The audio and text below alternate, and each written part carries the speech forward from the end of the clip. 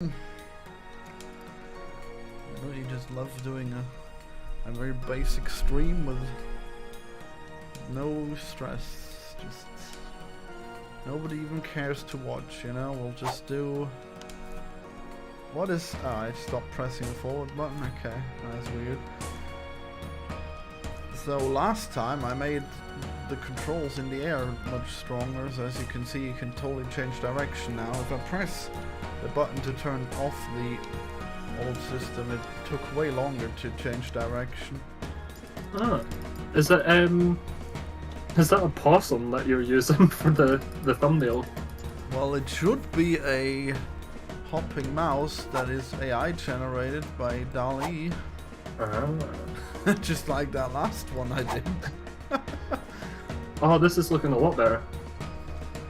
Oh yeah. Thank God those ugly mountains and stuff are gone. Oh really? Well, I mean, I guess so. I mean, making those ugly mountains appear is pretty easy. You know? Like, I mean, I guess making like really basic shapes is even easier. Ah! No! I fell to my doom! No. I kinda like the water though. I wonder if we'll get rid of it. Right. Has it not got like a temporary texture on it? Well, yeah, that too, but I mean, You like the shader on it though? No, I like the fact that there is water. Yeah. Yeah. Makes sense. Oh, you clicked for that. Yeah, I did. I don't know what to do about that. Jesus! It murdered me! Oh! Wow. No! Are you using the... Oh, what was it? Do you know how you can stick to platforms as they move? Are you using that code on it?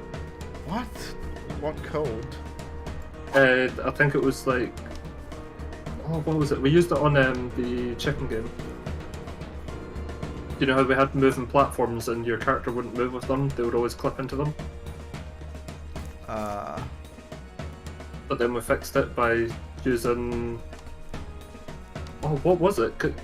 Was it a type of collision? I mean, I can't remember. I mean, I probably used the same thing. I mean, what I did here is that well, actually, the annoying thing is that I already did it and it still doesn't work, so that's a problem. Yeah. What I did is I made it a rigid body, and then instead of just moving it, I use a code that moves it, which is called... If I can find it. Music might be slightly too loud.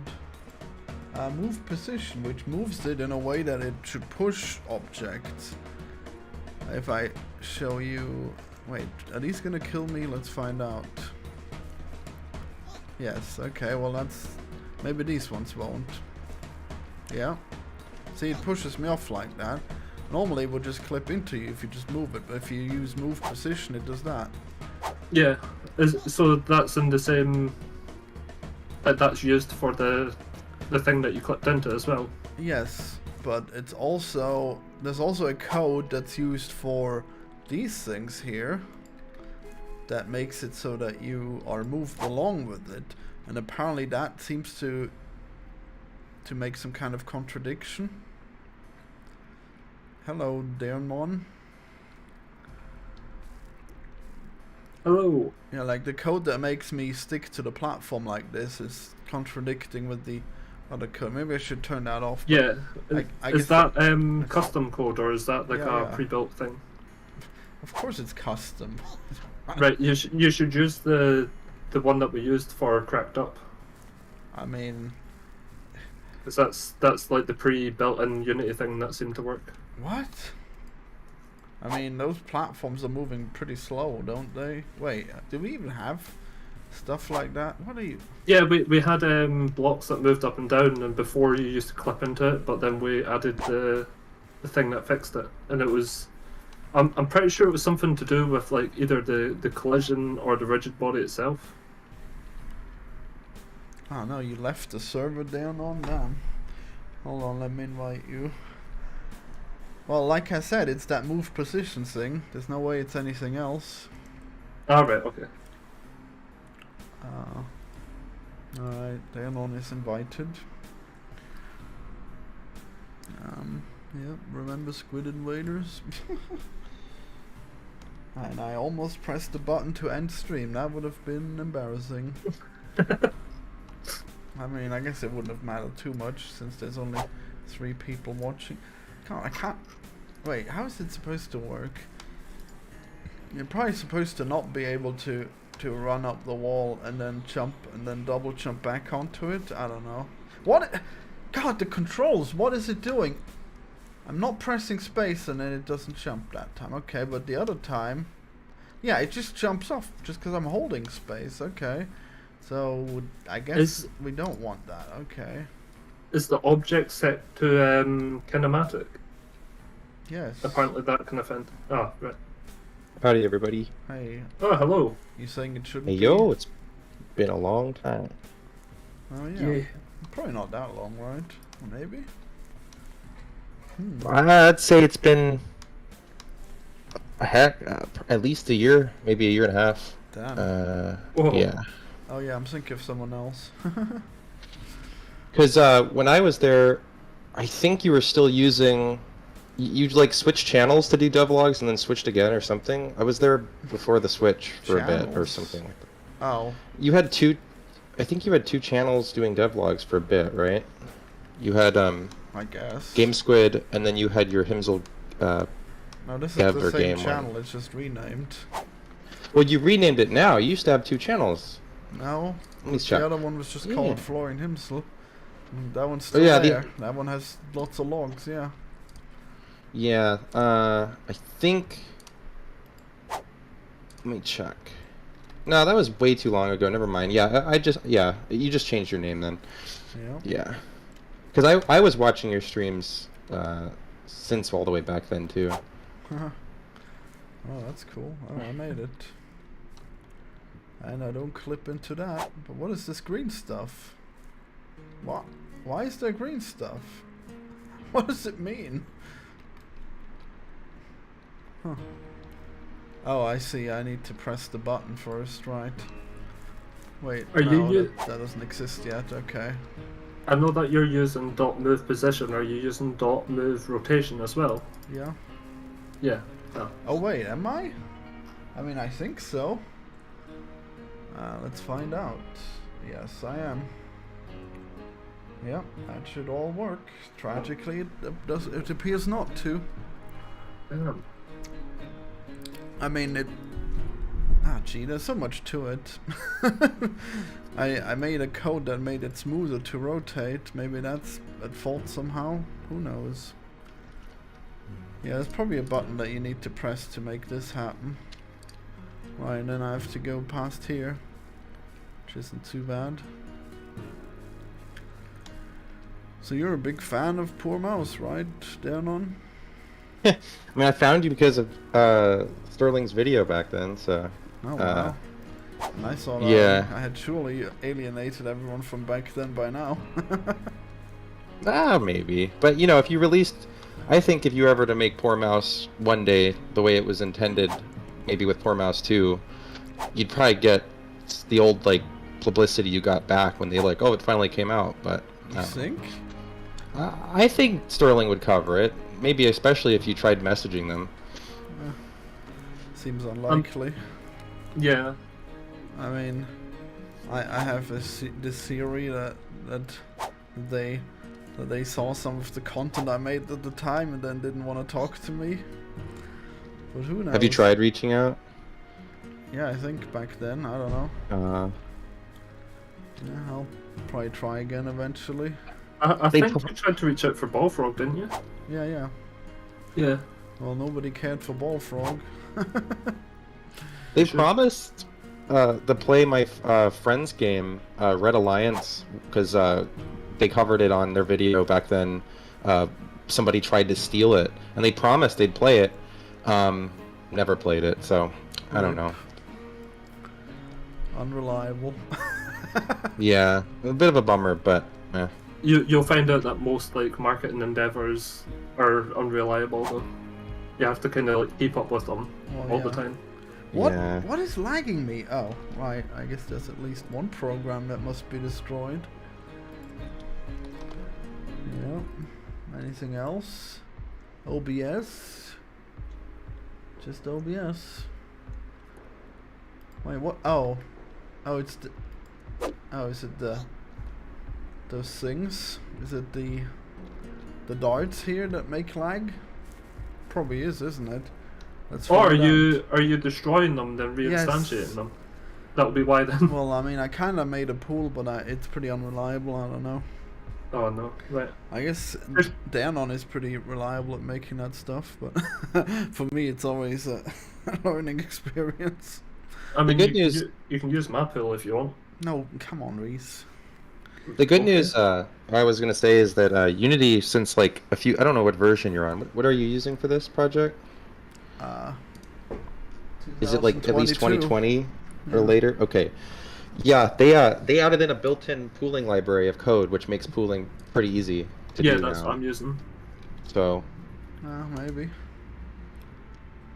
Well, that didn't work. Spawn a dart.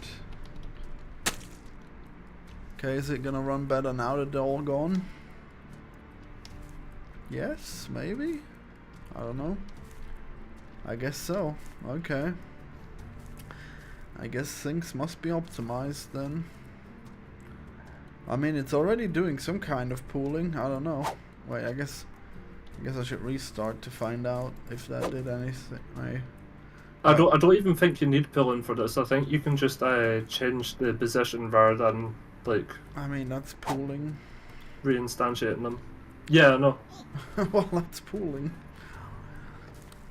Pulling usually involves like lists and stuff, like capturing them all, then disabling and enabling them, and I mean, resetting they- their they- variables and stuff. I guess you could do it. Yeah. I don't know. Yeah, maybe. yeah, maybe that. with would be Unity's better. API though, you just make a create function that would instantiate it once. You never have to use it again once you've made them, and then you just get from the pool and then push back, and it'll handle any instantiation for you when you get it if you're exceed the amount that you have already. So Yeah, that's the exact one that I'm using. But for the online stuff, it's like completely different, sadly. So what's it called? If you just type in like Unity pooling,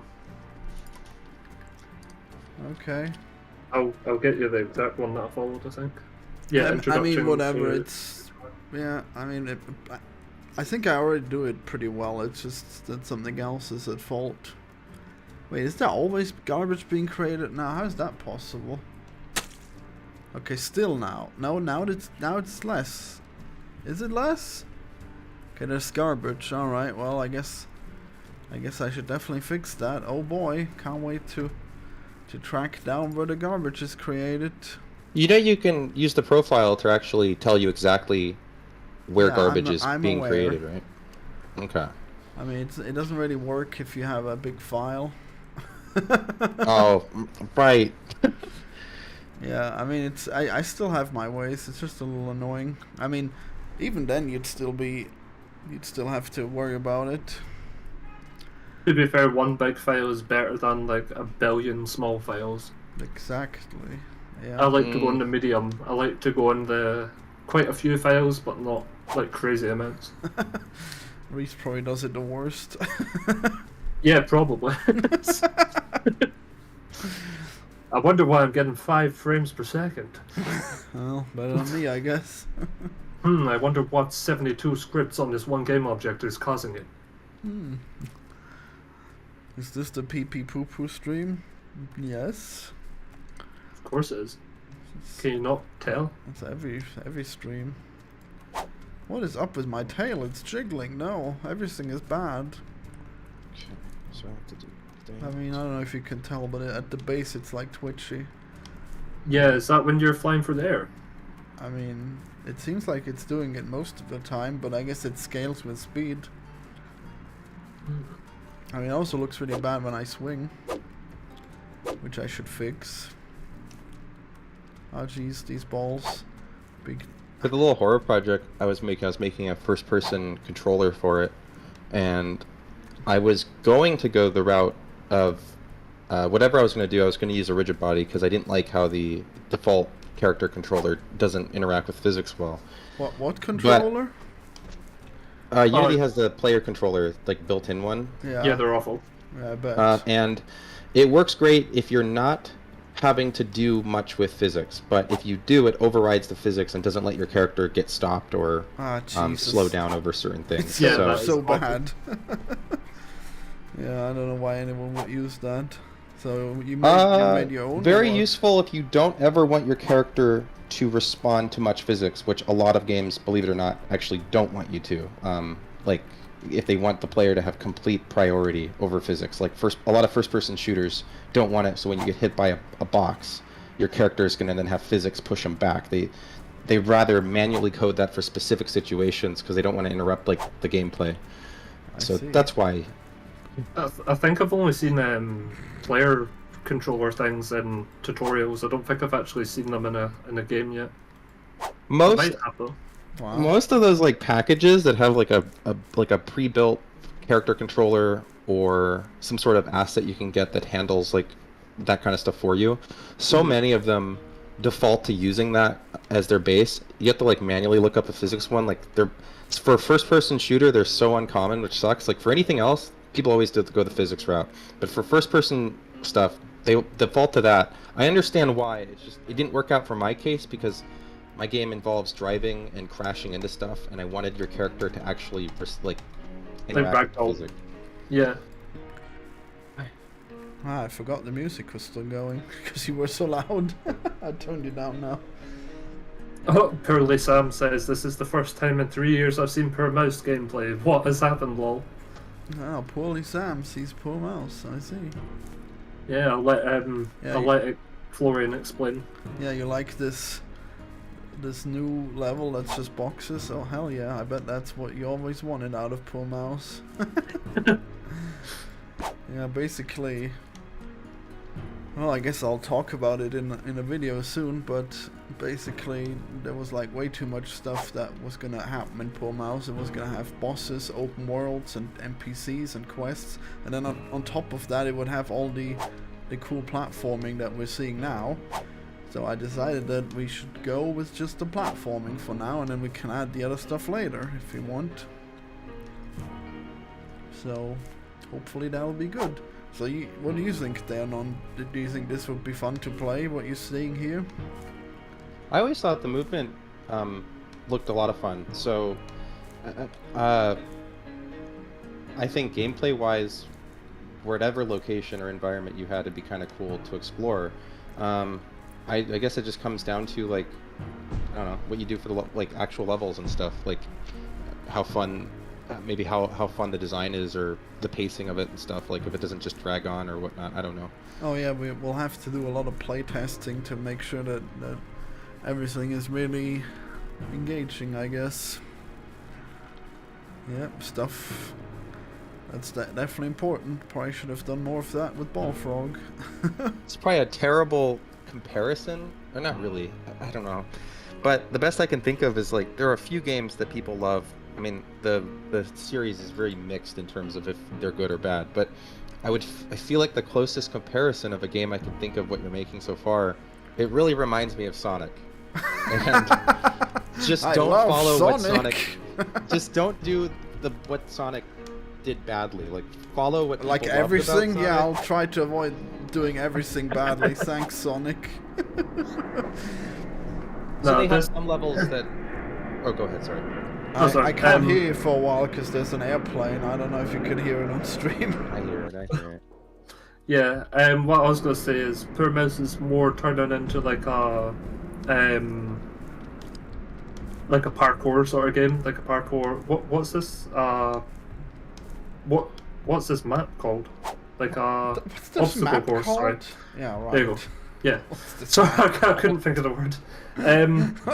Yeah, we'll name it later. I don't know.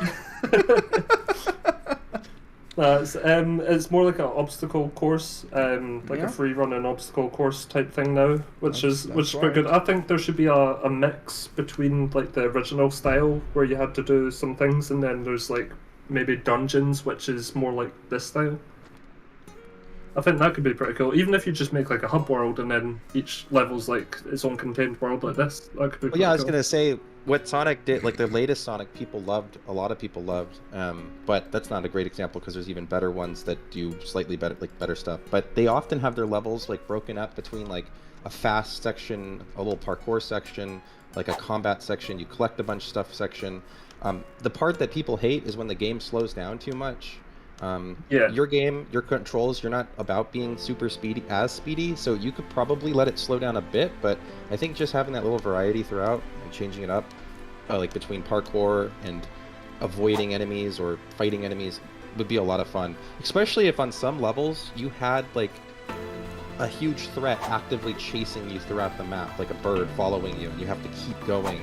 I mean, that could be cool for a boss. Oh, Yeah, don't like kill boss me. levels I think should have you being chased. It would be pretty cool, at least Yeah. for one of them. I mean, it I would- don't know how possible that is. We'll have to see, I guess. Yeah, you could probably just turn it into like an auto scroller type thing. Damn, auto scroller. It's Yeah. just gonna be sideways. Well, you're gonna end up with that. Oh, no, that's no, the no. success of. Did anybody remember what happened to Super Meat Boy Forever? Well, it came That out one, and people didn't like it too much. Yeah. So. I really like yeah, the I don't know. cutscenes. I never played the game though. Damn. The cutscenes were cool though. Right, I will leave it to you guys. I have to go walk yeah, the see dog, ya. but I might be back. I might not. Enjoy the rest of your time playing the game and making the game. Cool, have fun. I hope you're back. Take care. Did you happen to see my video where I ranted about Sonic being unplayable? The latest one? No, I don't watch those videos. Wow, thanks. I haven't watched your channel in a long time. I think I checked like a month ago or 2 months ago to just see how you were doing in terms of like what you were making. I don't even remember. I think it was still gameplay. I swear at the time you were still working on Squid Invaders, so it might have been a long ass time ago. No, When's the last time you worked on that? Squid Invaders? Oh, not for ages, yeah. Yeah. I made the pirate game. So now I got someone who's trying to make really good levels for the pirate game that generate in a really convenient way, and then I'll be able to use that for Squid Invaders too. So then, Okay. So then I'll have to go back to the crusty old code from Squid Invaders finally. Oh boy. Anyways, let me read the chat real quick.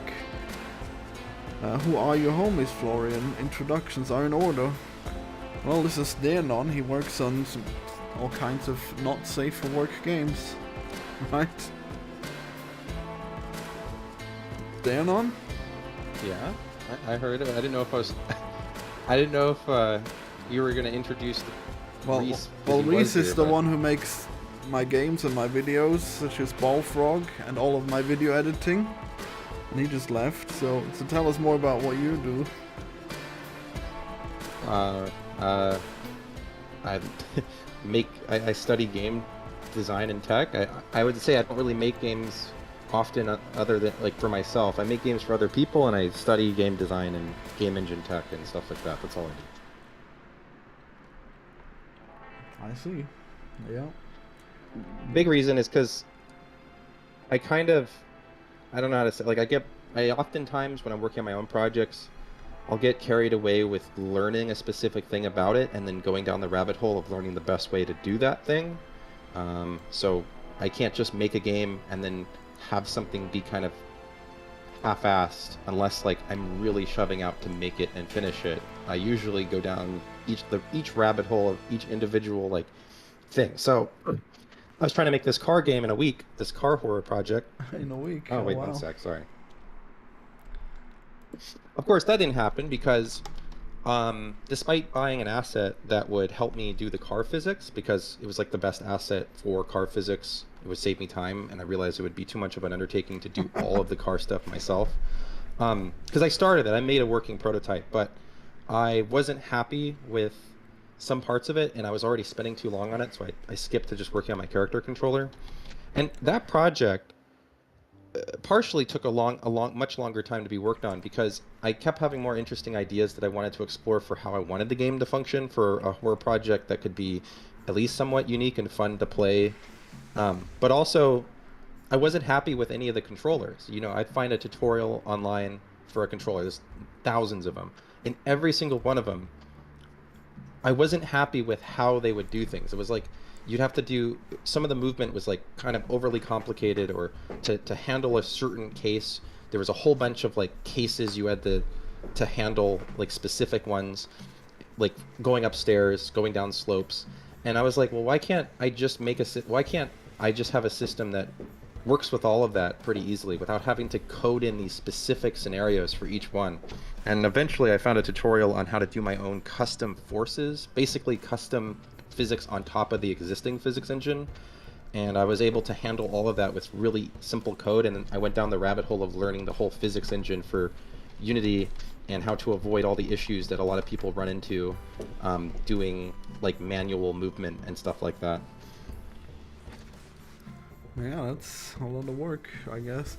So basically, you don't end up making a lot of games that actually release, right? No, because I'm usually doing commission work for other people, making games for other people, or I'm going down rabbit holes. So yeah. Yeah, Dark Western says not safe for work games are awesome, but yeah, you know, sadly they didn't come out yet, right? No, Arenas is out. So, but it's only out on Patreon. The Steam release comes out in I think a month or two. I think it's planned for a month or two. I don't know for sure, but yeah. So it's fully finished. People really like the game. He released it a bit buggy, but he patched it up. I did all the coding for all of the UI in the project, like all of the interface systems, and then many core systems. Like I fixed up certain combat systems. I added in certain visual graphical effect features into it and stuff like that. So, because it was built off RPG Maker, so most of my code for that was just plugins to enhance or improve on the engine, like that it didn't have. So one of the issues he had was opening menus took way too long because RPG Maker opens an entirely new scene when you load the menu. So I built a system that would build a new scene, but the scene would be completely empty of nothing, so it was super fast to load, and I had like all of my UI in a mega atlas, so it could just load everything instantly. So it improved the speed at which it would load the menu and made it much easier to work on the menu for the game. So that's pretty good. So is that game very UI heavy then? Did you do a lot? Yeah, it has quite a bit of menus that had a lot of custom content he needed. He wanted a way he needed a way for mouse support to also work on the controller, so I made a virtual mouse that works so that when you move the right cursor, a little mouse will appear and you can move it around on the screen. And then there's like a whole bunch of custom lists that show up and render out all like your items and your weapons and your stats and stuff like that, and your characters displayed on the screen and things like that. So yeah, I did that, and then I also built. I was supposed to do more, but we only ended up making one. I made an entire mini game that isn't actually currently in the game because the library I had to use for it, or something about how it works in builds, doesn't work on some people's computer for some reason, and I haven't been able to figure out why because he hasn't sent me the latest build to let me figure out why. But I made an entire mini game. It's basically like Flappy Bird, but you're superheroes. So you go through and it procedurally generates like falling debris and drones, and you fly around, and you play until you die, and you get points basically for it. So it's exactly like Flappy Bird. Yeah, but it doesn't have the physics for it doesn't have the bounce physics. It's more like you move up and down, and I coded the system to which it would know based on your current speed and your position on the map, how to generate a hole that you how to generate obstacles so that no position in the game is impossible. So as the game gets harder and harder, there is no way that the game can be impossible to play. Because it calculates based on your distance the distance it would take to get to that point, and make sure that you can always get there. So if you're really good, you can play the game endlessly. It shouldn't ever be unbeatable, but I think most people die before they get to that point anyway, though, because it is hard. Well, that's good, I guess. Oh, like Coptus says someone else. What did you say? Arenas? Was the Arenas, game? Yeah. With a U instead of an I. Ah. Arenas, yeah. Arenas. Right. Auto-scrolling poor mouse, the Super Meat Boy forever update. Fallout Guys meets Binding of Isaac, new genre type. Well, there probably won't be much roguelike, so it's probably just nothing to do with Isaac, really. I was just looking at the code and I was bewildered. Like, my world was falling apart because I didn't know what was happening, and I thought I fixed things already, but they clearly were as they were before. And it turns out I just was looking at an old version of the code that I had opened for comparison. Oops. Don't want that to happen. Oh my god. Yeah, well, it didn't take too long, but it was very painful. Well, I hope I'll just stream for a long time and then eventually I get something done. Because I'm gonna work on something that's very non-important, but it keeps bothering me so much. What did I do? Really? This is an issue? Ah, jeez. Wait, did I save? No, maybe? Please? Right. Yes, okay, it works. So, let's see what happens if I... Wait, do I have the darts in this level? Is this why it's gonna lag? Yes, okay, cool. Well... I guess that's too bad. Alright, let's just spawn a dung ball and see if I can ride it. God, I'm not happy with the controls. Seems weird. Wait, what did I even change? Nothing, right? That was smart of me. Right, I was just gonna say I'm gonna try to fix the way you move on this boulder. Which is a very important feature, yes. Oh wow, now we got 60 FPS, that's pretty bad. What happened now? Wow. So how's that new game you're making for me working out? I'm just working on... The one thing I didn't anticipate was just not understanding the rule system, so I'm just playing around figuring out the rules. Once the rules are done, it's automatically just finished. I just have to figure out what rules, how to do the rules. Okay, long story short, Florian's trying to get me to do like diagonals for this project, and I need to calculate diagonals and then straight and vertical lines to create walls.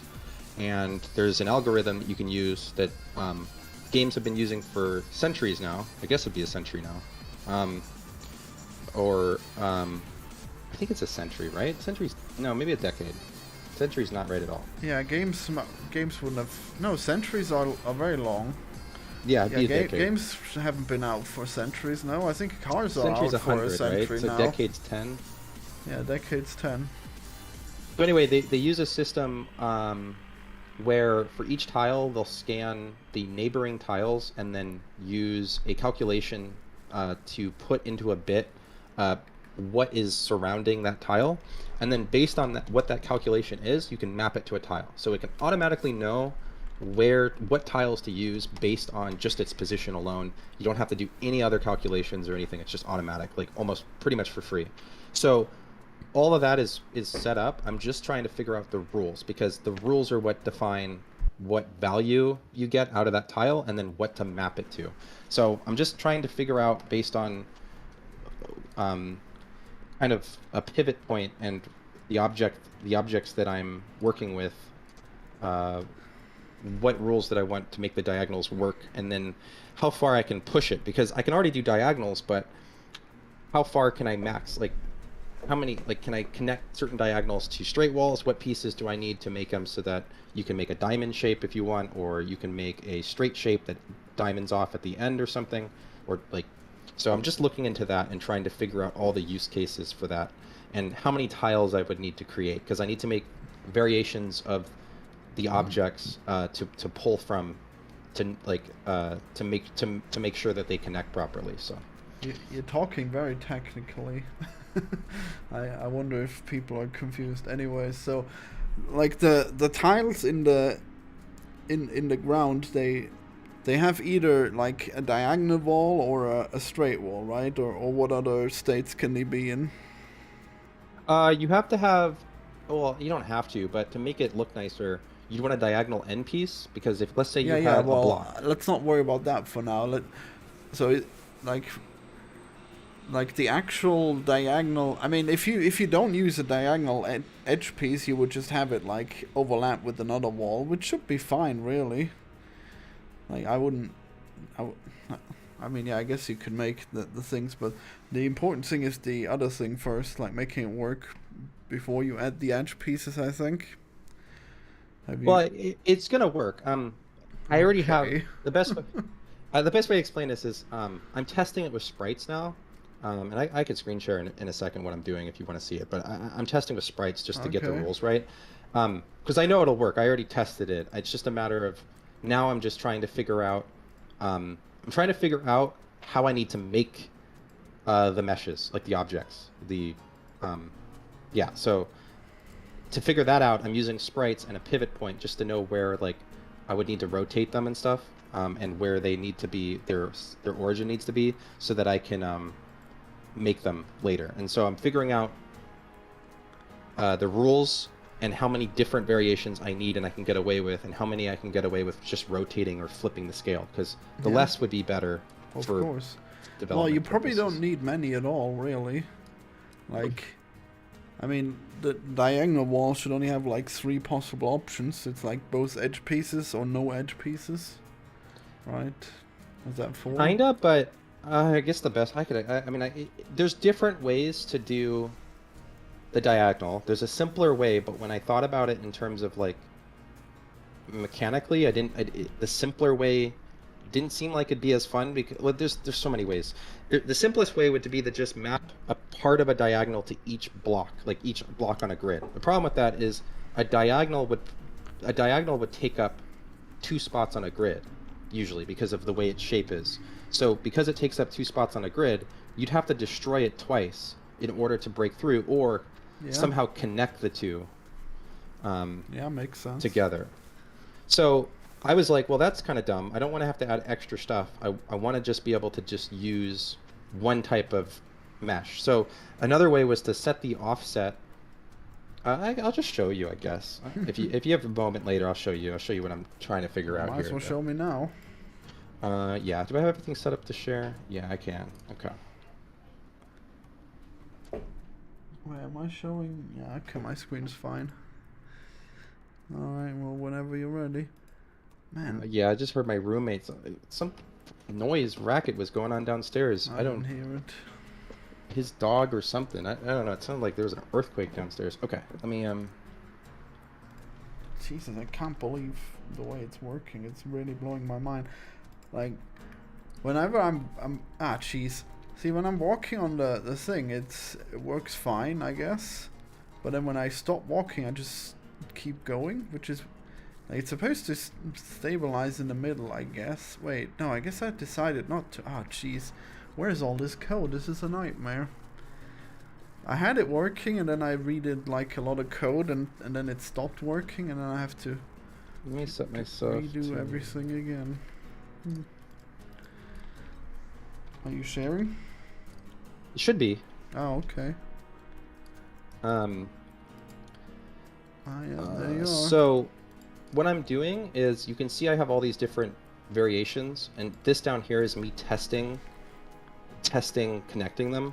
And if I show you in Photoshop, you can kind of see, if I make this black, this would be a block, and then I'm trying to look, well, like based on placing blocks, how can I form each different piece? And it's all based on kind of do it that pivot way? location. Well, there's many ways to do it, but this is, But you know when that I this looked at is it, was one of the this better ways like to the do way it. you're just gonna talk about it is the wrong way because of the type of game we're making. Like, these are destructible walls, so you want like each wall to be one thing and not like split up onto separate grids. well, no, so they're one piece. They become one. This is one piece. Their sprites. Here, I'll show you. Their origin. If you look here, they take up more than one spot on the grid. It's just Yeah. I couldn't see. You can't see the grid in here.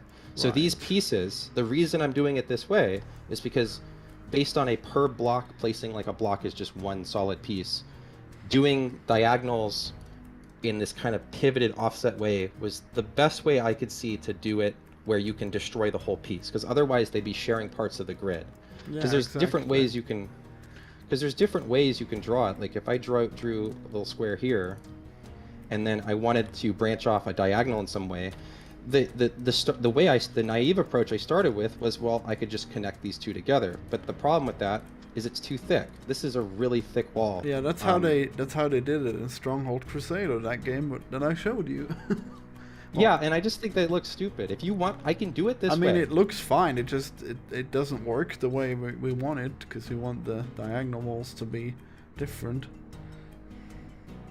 So this way would at least let us have the diagonal walls be kind of close to the default square size. Yeah. So that's why I was playing around with that. Yeah, I mean, I guess we'll really have to see what happens. Anyways, so I was out on a walk today, and I was thinking, you know what we should add to this game? Trains. What? The ball one? Yeah. Imagine if you have a castle, but then instead of towers in a tower defense game, you have a train that has towers on it. How cool would that be? You have to then set up. Well, then I'm like, instead of why even have the castle? Why not have the train be what's getting attacked? And then you have to like build out walls in certain areas and/or place turret. I don't know. That just. I mean, if you want to attack the train, you just attack the rail, and then the train will be screwed. But the point of the train would be that, like in a tower defense game, you have the towers, but then you don't know where the attack's gonna come from. So, I mean, like I guess in a tower defense game you would have it so that this like a labyrinth. But like realistically, if you have a game where you build towers, then the enemy could come from anywhere. I guess it's more of an RTS in this case. But what if you had a train that could move alongside on top of the wall, you know, and then shoot down from from the wall? I guess kind of like Attack on Titan with the cannons. So the walls are now just a platform to build a train that runs across it? I mean, the walls are still stuff? important for the other part of the gameplay that you know about. I mean, maybe? I feel like you're adding...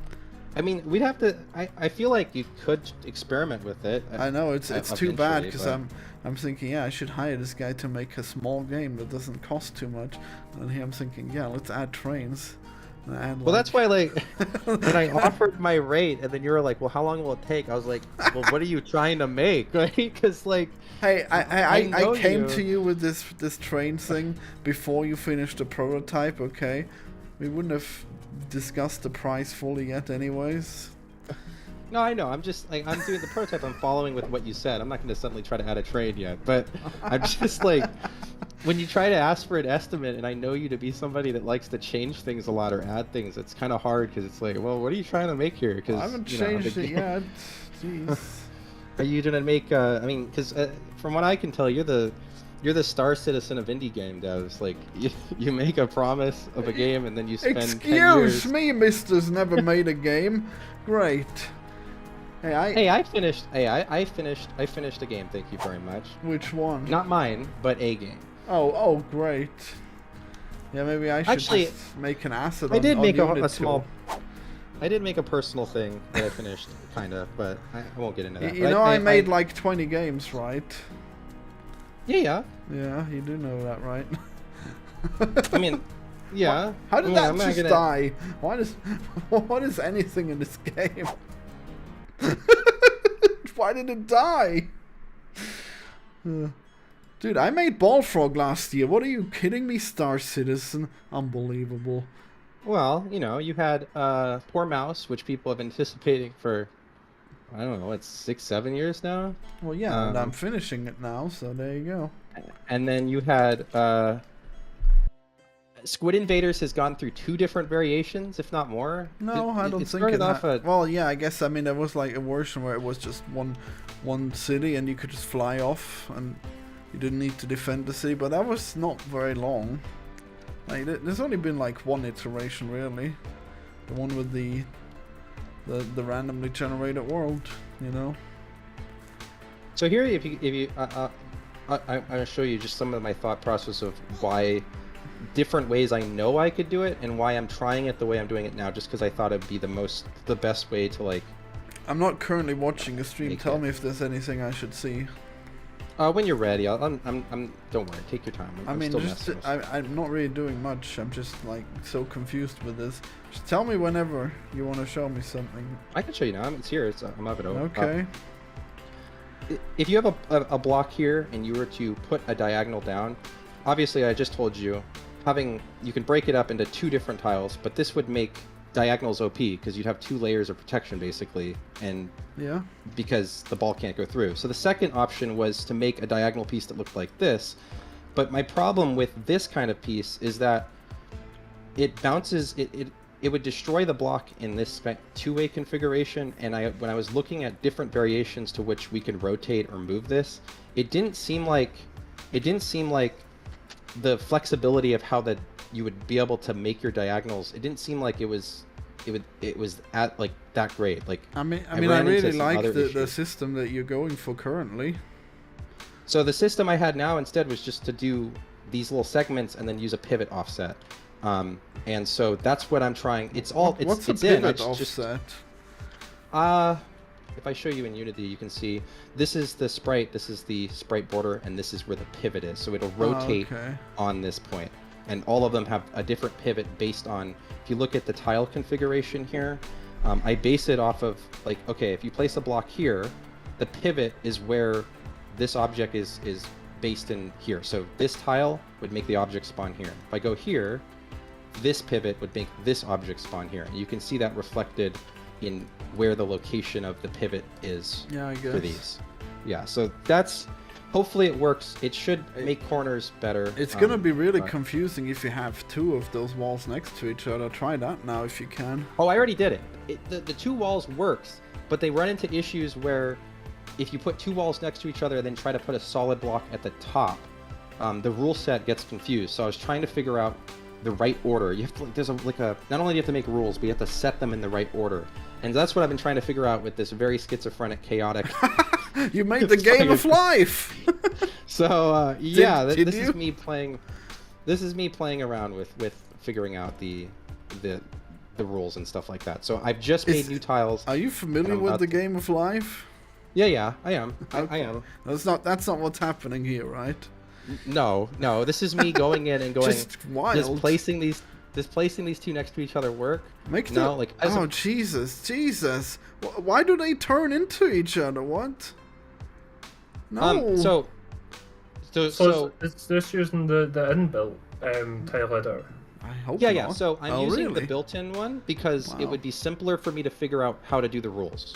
If I decide that if it's not good enough, I would make my own. But theirs should be pretty good enough because I already tested it with my own stuff over here with building it. This is all done with the tiles. I redid this system with the built-in tile one. Wow. It all works for placing them. But now I'm just trying to figure out how to do the rules, and then all this will work fine. So Wait. yeah. Yeah. Okay. Well, but what am I looking at? Why is it like this? You should not have it be like this. I don't. Like when what do you mean? make a diagonal wall, it should just place a diagonal wall. It should not start by making a square. You're going to be clicking and dragging in the game, right? Yeah, but still, like there shouldn't be squares at the edges of the diagonal wall. Well, right, but you have. I would just explain to you many times today that I'm making the rules so that this doesn't happen. Right now, there's only Okay. one rule in here that works. It only checks the top left and the bottom right corner of the tile and determines if both of those spaces have something in it. If so, make a diagonal. So that's why if I just put 2, nothing happens. But I put a third one, it does, because it reads off the other 2. Now I can go in with this really easy to use rule set system and configure the extra rules that I need. So I see. that's what I'm doing. There's only one rule right here. So as soon as I place another rule, so I'm going to go ahead and do that now. I'm going to add another rule. And I'm Oh, going it to tell works this rule. already perfect. I'm going to tell this rule. I need to figure out what sprite I'm going to even use, so you have to look through. The one I'm going to need, this one would likely. I just need to figure out which one. This one I'm going to use for now. So I'm going to go back into here, throw in this sprite, and change up this one's rule. So Almost this correct. one's rule is going to it needs to know if there's a top piece, and it needs to have nothing placed at the bottom. And then I need to make sure the order of these is right. Let's see. Yeah, it's But yeah, gonna this is take what a I've been. while.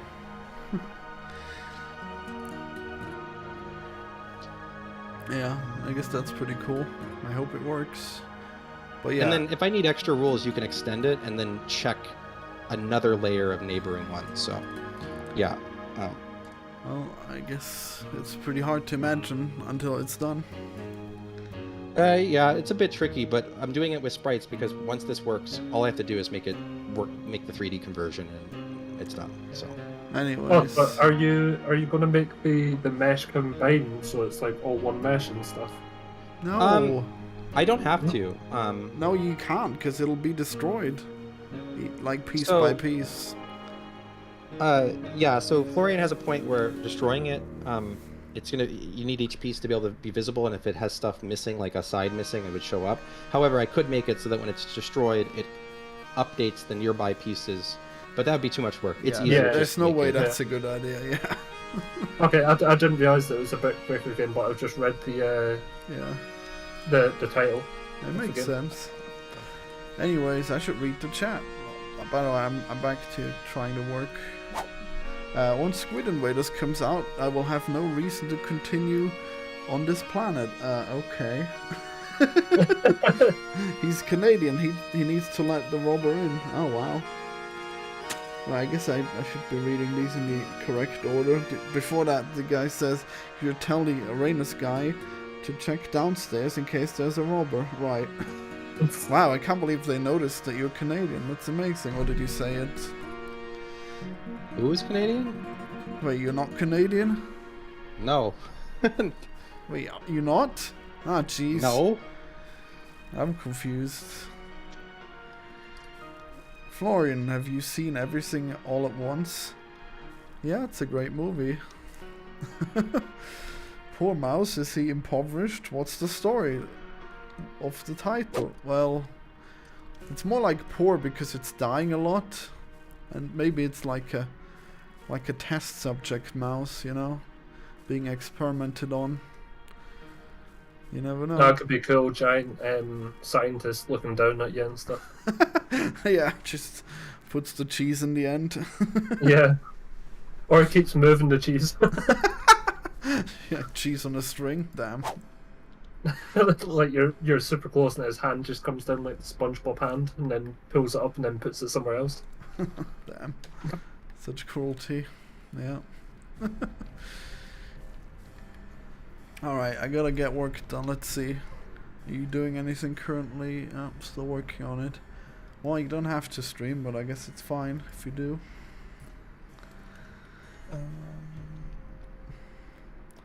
And nobody can see what I'm working on. Mwahaha.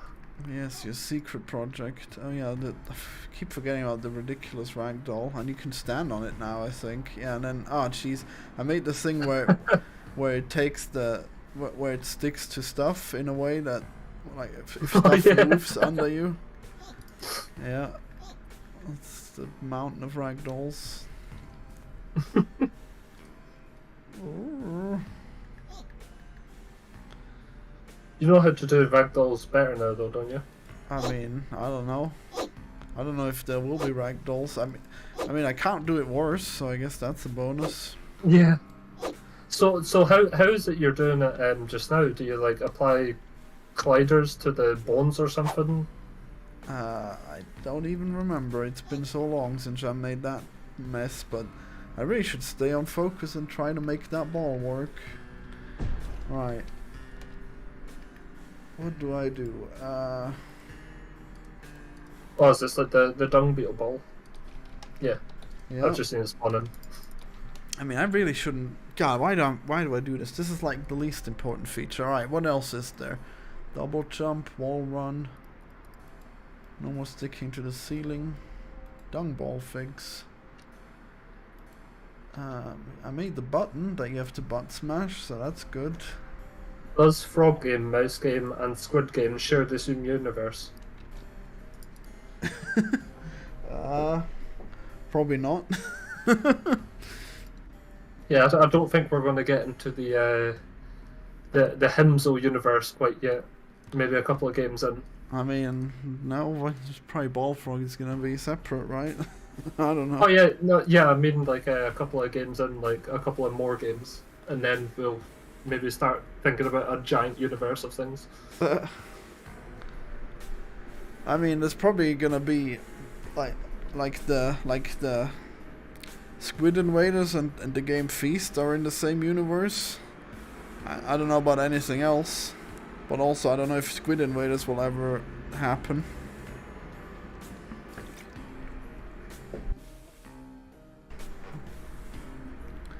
What's your thought on Aggie?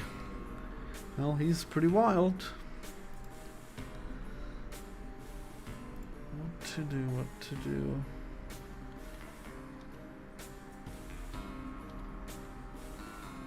What?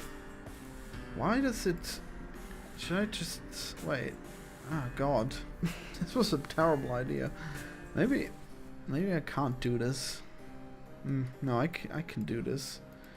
What is it you're planning on doing? Never mind, I'll just do the dung ball. There's gotta be some... Oh, jeez. Yeah, no, I'll do the dung ball. I keep getting annoyed by it, so it's really time I do it. Dung ride. So how's the walls thing going? They're not... Oh, Permos. Oh, sorry, Permos is a girl. Confirmed, I just saw it. Wait, what? Yep. Who said that? You did. Well, I always say her, yeah. I don't know. No. Yeah, maybe I just... Maybe I should get a trans woman to voice her. I don't know. Maybe she won't have a voice though. Hard to tell. Get Jim Sterling. Yeah, maybe. Jim Sterling's an NB. What's that? Non-binary. Wow. Cancelled. Dead named and cancelled. Who, me? Yeah, it's now James Stephanie Sterling, no longer Jim Sterling. Oh, well, it's okay, so James, not Jim, my bad. It's that. I mean, Reese is the cancelled one. Wait, why am I cancelled? I was uneducated. Wait, their YouTube, though, is still I know. Jim Sterling. Okay. Oh, really? Okay. I thought it was Jim Quisition, but yeah, I guess I remember that.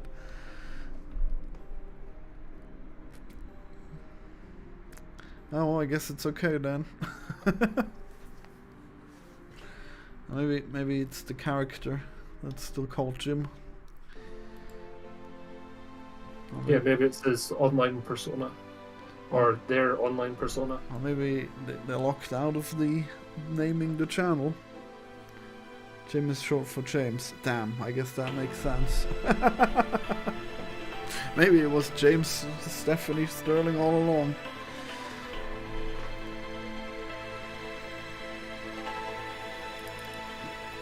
Are you making progress on this? No, I'm still figuring out all the pivots positions that I need, and even if this solution would work. If not, I have to go back to the one that's a little less likely, like less nice, but not as awful as the per block one. I'm confused at what you're even trying to do. Well, Are you just trying to make like a basic tile map, or...? No. So I'm just testing things. So at the top corner of this, here are all the tiles of direct pieces we have to place on a tile. Over here, I'm just testing scenarios to which how they piece together, and then I'm feeding them into the rules to see if it works in real time. The issue I'm having is, for example, let's say that you wanted to piece this one right here, this block, and you wanted to have it start to diagonal out this way. So the only way it could diagonal out is if you can connect it into another one, so this one would have to go right like here or something. Yeah. The problem I'm having is that I need to consider the pivot position. Like basically for each block, these blocks are clearly bigger than the actual grid. You can see there's a grid of 16 by 16, but these are a little bigger. Double. So Yeah. I need to place a pivot position so that this entire thing can line up correctly in the grid slot and match everything else. And I'm just trying to figure all the pivots. It's like the hardest part is getting these pivots, and then I have to get the rules. And once that's done, converting this to 3D is like it's so easy. So But this is the hardest So part, and it's easy. why I'm doing this. Well, that's good. So why does it have to be like this? Why can't it just be like a normal tile set? I'll show you. So if we had a block here, right, and we wanted to make a diagonal going down, right? Well, Yeah. if it was just a per tile system, you can see here, if I start making a diagonal, and I do a diagonal here, and we seal this off, and then we make this, we represent each tile. Well, now we have a problem where there's 2 tiles here in a corner piece. So if I were to put another block down this way, just to show you, for example, do you notice how, for one, to auto-generate this, it'd be a little extra work, but it's fine once I do it. But here's the problem. Diagonals now are automatically OP. They have 2 layers of protection, because when you bounce through here, you now get a second block for free, when really a diagonal should just be 1 block. Yeah, no, but you can just set it to get rid of both of them all and count it as one. True, but I'm trying to make a system that would be able to handle that without having to break each one up into these separate ones and then having it have to check the other one and destroy it or something. I would like to avoid that if possible. I mean, if you could probably just parent it to it, and then that would probably fix it. Let's see. Based on how I'm doing this system, I would store a reference, because they're all going to be separately in a grid system. There's another. I don't know. If worst comes to worst, I'll have to do it that way. But Yeah. I think there's an easier way I can handle this, and I'm just trying to see it through. And if not, I have to go down I try to go down the path that would lead to the most resistance in the long run, rather than take the easier one and then run into bigger issues down the line when it's too far, because it's easier to backtrack into another solution if versus the other way, I feel like. So Okay.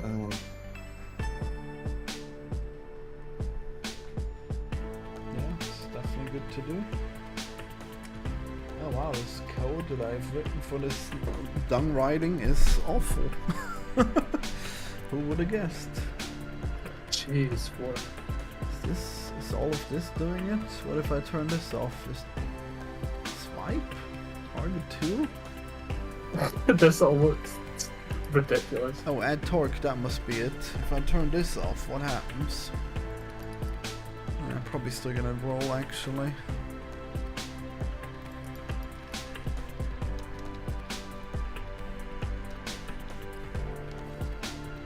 I see you got an outline shader that looks pretty decent now. Oh, indeed. Except for the whiskers, I guess they need to be removed somehow. Well, I mean, I guess the main thing is that we got rid of the clothes, so that makes it better, I guess, because they didn't have that shader yet. Oh, yeah, I guess it does look pretty good, huh? Yeah, it looks a lot better. It scales with how far away it is. How strange. I guess it must be mesh based. Probably. I think it's the same one. it seems to get thicker when you zoom in. Yeah, I know. Distance based. Yeah, I think it's just like duplicating the mesh in some way. Or maybe it's like a shader thing. Yeah, probably is a shader thing. So that didn't do anything. Cool. I love when things don't do things. How about we turn all this off? Does anything do anything? Is life even real? Probably not. Probably not. Continues to code the universe. Okay, so this code actually does the thing. Okay. So all I need to do is save by how much I change the velocity. Wait, the mouse is still turning though. Interesting. I wonder what that's based on. Wait, this is based on... This is the direction I'm pressing. Oh my god. Okay, well that explains things. So that it's not reversed. I'm pressing right and the mouse is doing the animation right ways, which would make the ball go the wrong way, by the way. Yeah. So apparently it reads the information out somewhere, but where? Also, this code is probably bad. Wait, but what if I... What if I don't do any of the other stuff, but then I say if false here, and then I have this here on? Is that gonna work? Maybe? Someone said, hey, what's up, G, on Twitch? Yep, she's just coding some mice. Or one mouse, really.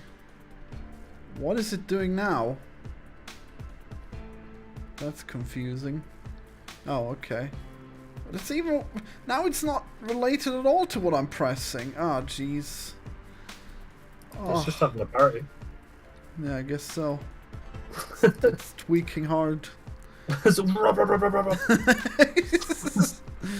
Yeah, more like it's spiraling.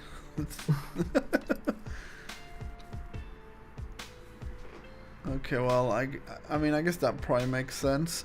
So, no, it can't be. It couldn't possibly be that it's just using vector 3 or something. Could it?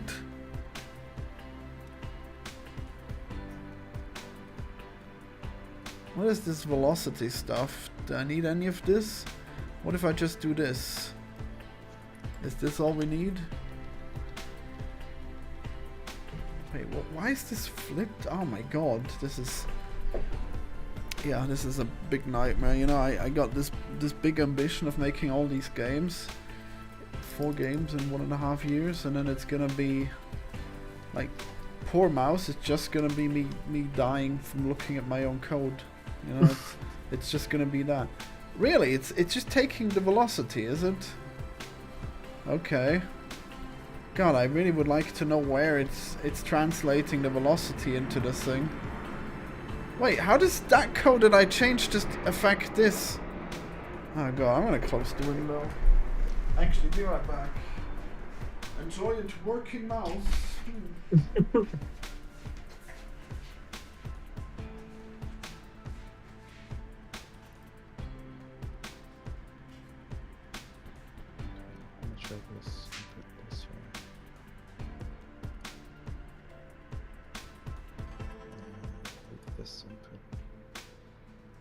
This here.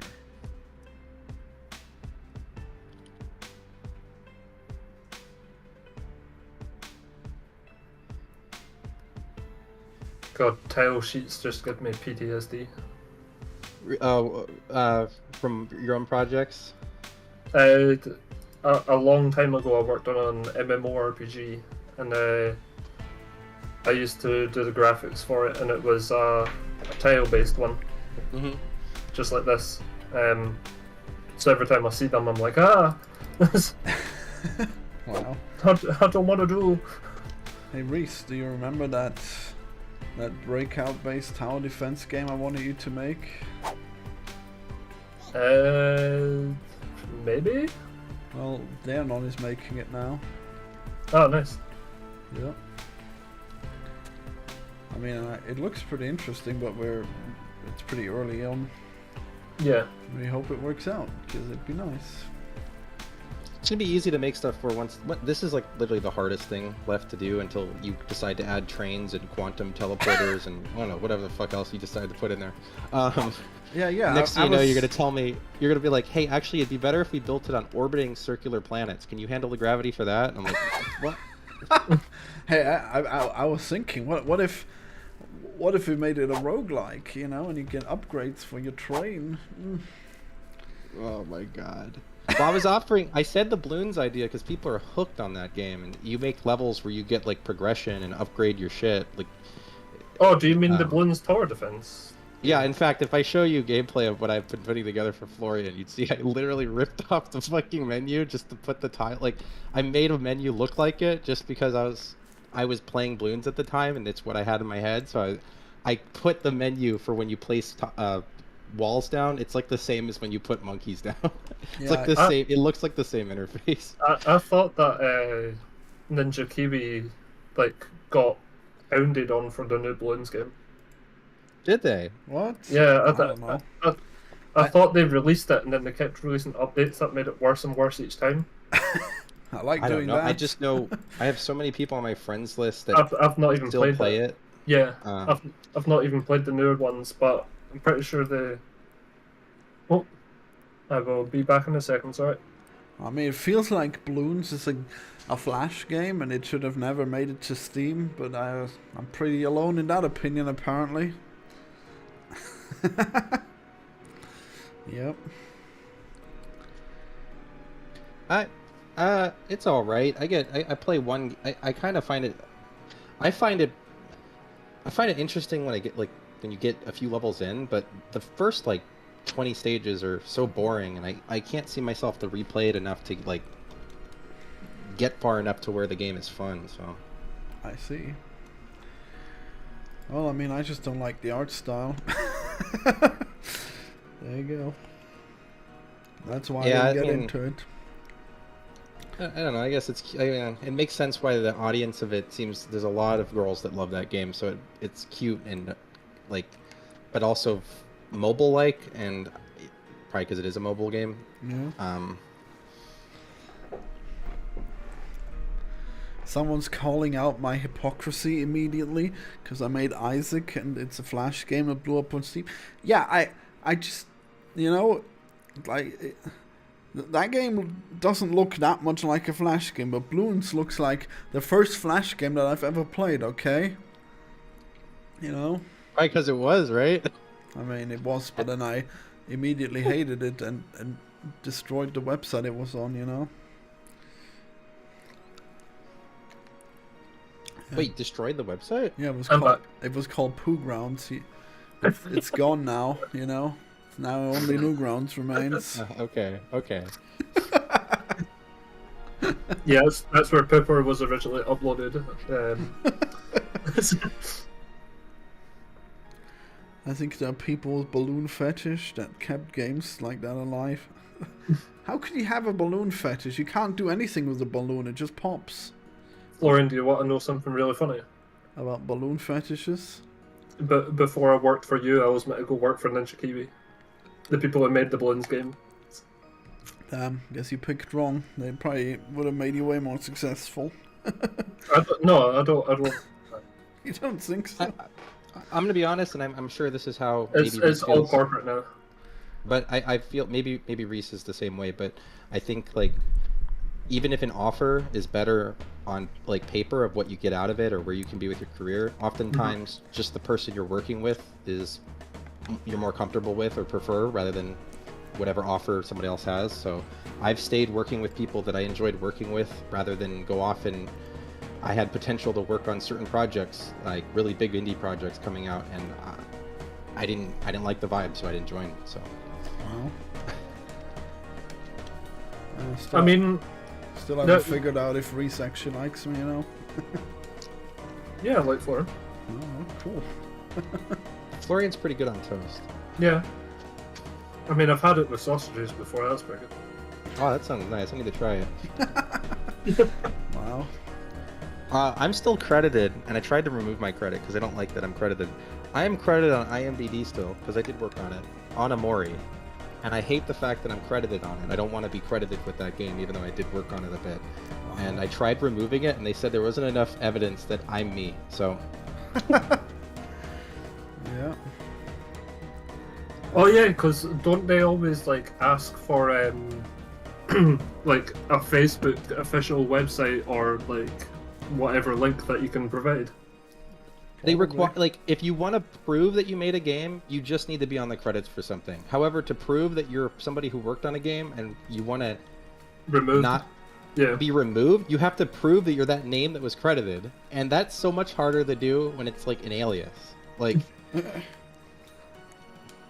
Because I don't go by, I'm not Darrenon anymore, and I don't try to use that name anymore because I don't want to associate with my past self. And I've been just redoing myself and my thing because I'm trying to go about just a new path forward, I guess. And I just don't like the fact that I'm still credited on it. I don't want to What be game's associated that? with it. Oh, it is a Mori. I mean, I don't know why I asked. It's not like I'd know what that is. Well, if you knew about like recent successful games, it was one of like the biggest indie games in a long time. Like it came Oh. out, I think it came out like 2 years ago. It's basically like the Undertale of RPG Maker games. Oh, jeez. Like it did really well. I mean, I think it has 50,000. It has 50,000 reviews on Steam. But I didn't like working on it. I didn't contribute much to it, and I didn't like working on it, and I don't like kind of the aftermath of things that happened in relation to it. So I just don't want to be associated with it. Yeah, there's a couple of things that I've used aliases for that I don't like, so I just can distance myself from them too. Yeah. It's got a different alias now. I've got like 3. Well, I don't know any of them. Yeah, you know one. Reach 5 and all. Right. That's not your real name, then. No, my real name's 5 and all. Yeah. That was my old area code in California. Wow.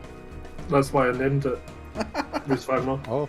Oh, okay. Well, I'm flattered. Yeah, he likes you for that game that you want to not be credited for. Oh yeah, thank you. It's the only reason I actually work with Florian is to get closer to you. Oh wow, damn Florian. Fuck. Well, too bad. Danon says he wants to do his own art. Fuck. Yeah, I know, right? It was all in vain. Well, I mean, obviously, I don't want to take away from somebody who specializes in art. I just, I would like to be. I'd like to try to be in charge of maybe whether or not the art direction, just the workflow and technical stuff of how we end up doing it. Because there's ways we can do it really fast with like Substance Painter and stuff, where we could just generate all our stuff, and it would look pretty good based on whatever style Florian wants. Those little kind of things, and I want to do the modeling because I'm pretty good at modeling, and I never got to really flex my skills. I've made PSX games for the most part, like PSX style stuff, and I want to finally make something that's a little better with like an actual normal bake. So hopefully I get to do that with this project by making a nice high poly like castle wall and then baking it, or whatever types of walls Florian wants. Awesome. Probably like a rubber silicone dildo wall that like bounces the balls back like into. Oh yeah, he loves silicon Oh belts and fuck, balls. Florian, we gotta have a Jello wall. That should be something that you put like they go through and it just slows them down tremendously and they still inch forward through it. Wow. And it doesn't bounce them off it. Like that would be an idea. So does it continue to... Does it rebuild after they've gone through, or what? I think they would break through and then ooze through it, and then when they break to the other side, it takes damage based on that hole, and we'll make a hole like effect, like a shader effect that shows that a hole was pierced through it. Maybe after 3 or 4 pierces, it breaks or something, like it breaks its form or something like that. Wow. Such detail. Yeah. What render pipeline are you using? I am using for ease of use for debugging. I worked with all of the pipelines, but I for ease of use of debugging and the most control starting out, I'm using URP because I know how to make any shader anybody would want for that really easily. Good. For the other project I'm working on, I'm using HDRP because I already know the limitations of my art style and direction, and I don't plan to do some weird custom stuff as much, other than like all my custom stuff is going to be in the texture work. So I used HDRP for that because I knew I wanted like the volumetric fog and lighting and stuff like that. And PBR and stuff. That's what I used Bullfrog for, is because I wanted subsurface scattering for Bullfrog himself, which is like the most subtle thing on Bullfrog ever. Yeah. But it makes it look so much better. Like, even though it's so subtle, it makes it look so much better. But also the the fog and stuff that's in the game. Yeah, that's the big stuff. The fog is like, I mean, I have assets, so if Florian really wanted to, we could put fog in the URP one too, that I have. But what I like about HDRP is it has a whole bunch of stuff when combined that just work. while Yeah. limiting my ability to do other things. So for very specific scenarios, such as I want to do like a realistic but stylized, like dated, like PSX style realistic project, I would use HDRP, or anything realistic, I'd use HDRP. But anything mega stylized where I want like cell shaders, cartoon effects, even subsurface scattering, you can fake it by using a inverse of dot product. That kind of stuff I would use the URP for, just because it's so easy to just throw in any render. Like Florian decides he wants like a billion like distortion effects, or he wants a ball to explode into ketchup. All of the effects, yeah. And it's especially great now that, because I use both pipelines, especially because they support the VFX graph, so we can do things like infinite particle generated decals where you can have a thing explode and spray blood all over the walls, like that kind of stuff you can do. So if you wanted like I really want to add slime balls, that's something I'm going to push Florian to let put in. Wow. like balls that can bounce around. I've recently just used the VFX graph for the first time. It's very confusing, and I need to use it a lot more. But I mean, I can make shaders and stuff with the shader graph, but the VFX graph's a bit much for me just now. It's a bit overwhelming to start off with. Oh yeah, so it's a bit overwhelming for sure, but once you wrap your head around the blocks, I think it's a lot less overwhelming than the shader graph. I forget the name of it, but I think it's the default particle system. I'm trying to remember the name. Unity's default particle system. Yeah, their default particle system is called. I don't know. I didn't even know it had a name. I think something with wind. Is it cyclone? No. It's like shuriken. Could it be tempest? Right? No, isn't shuriken? Yeah, that might be the shuriken particle system. That's not wind at all. Oops. Anyways, Yondo says, "What's wrong with the game?" Well, I mean, not much, except for that I'm not really getting much work done, but I'm trying to make the dung balls work that you ride on in a very small part of the game, but I'm obsessed with it now and I can't figure it out, so... But then these guys are talking about another game, which is also interesting. Go ahead. Wait, who's talking about another game? You guys are talking about another game that you're working on? We were talking about engine pipelines. Oh, yeah. Yeah. Right. Yeah. Same thing. Yeah, VFX graph, though, VFX graph is just a shader graph-like version of the particle system, except it's entirely GPU-based instead of CPU-based. Yeah, so I'm pretty sure it uses... Is it called the job system? Is that what it's called? I don't know what they use under the hood for it. They might use the job system. The job system is used specifically to speed up C+, or not, C# code on the CPU side. VFX graph this is GPU, yeah. Yeah, it's a GPU, and I think it uses it would use compute shaders, so it's entirely done through the GPU via compute shaders, and maybe it uses the job system or has a way to use the job system in some way. I'm not sure though. But it did officially release. The job system did come out, I think 2 months ago. It is officially out now, so it is something that you can start implementing. Yeah, I'm not going to touch it because it looked too complicated for me. It's only needed if you need to like do some crazy stuff. Other than that, just use pooling. Pooling will work.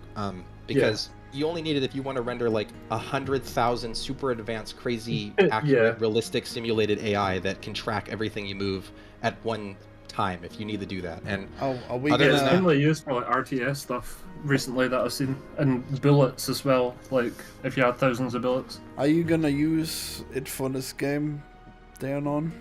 No, I'll just use pooling. There's no reason to need it unless you need to render, unless you need 100,000 balls. Of course, or I like do. 50 million walls. I just don't see the point in restructuring all the code to work with the job system.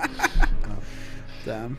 Yeah. There are actually ways, they have tools now where you can convert existing code, if your code is in small little modular pieces, sorry Florian, where you can convert the code over to the job system in like a few little components, but I haven't tried it yet. I've been scared to try it because a lot of new Unity stuff just breaks, and it's bad enough that the Unity editor likes to break, so, you know. Well, what is it you're not trying? Oh, the job. I'm just not trying the job system or the burst compiler for anything. For Yeah, the ball yeah, yeah. for this game.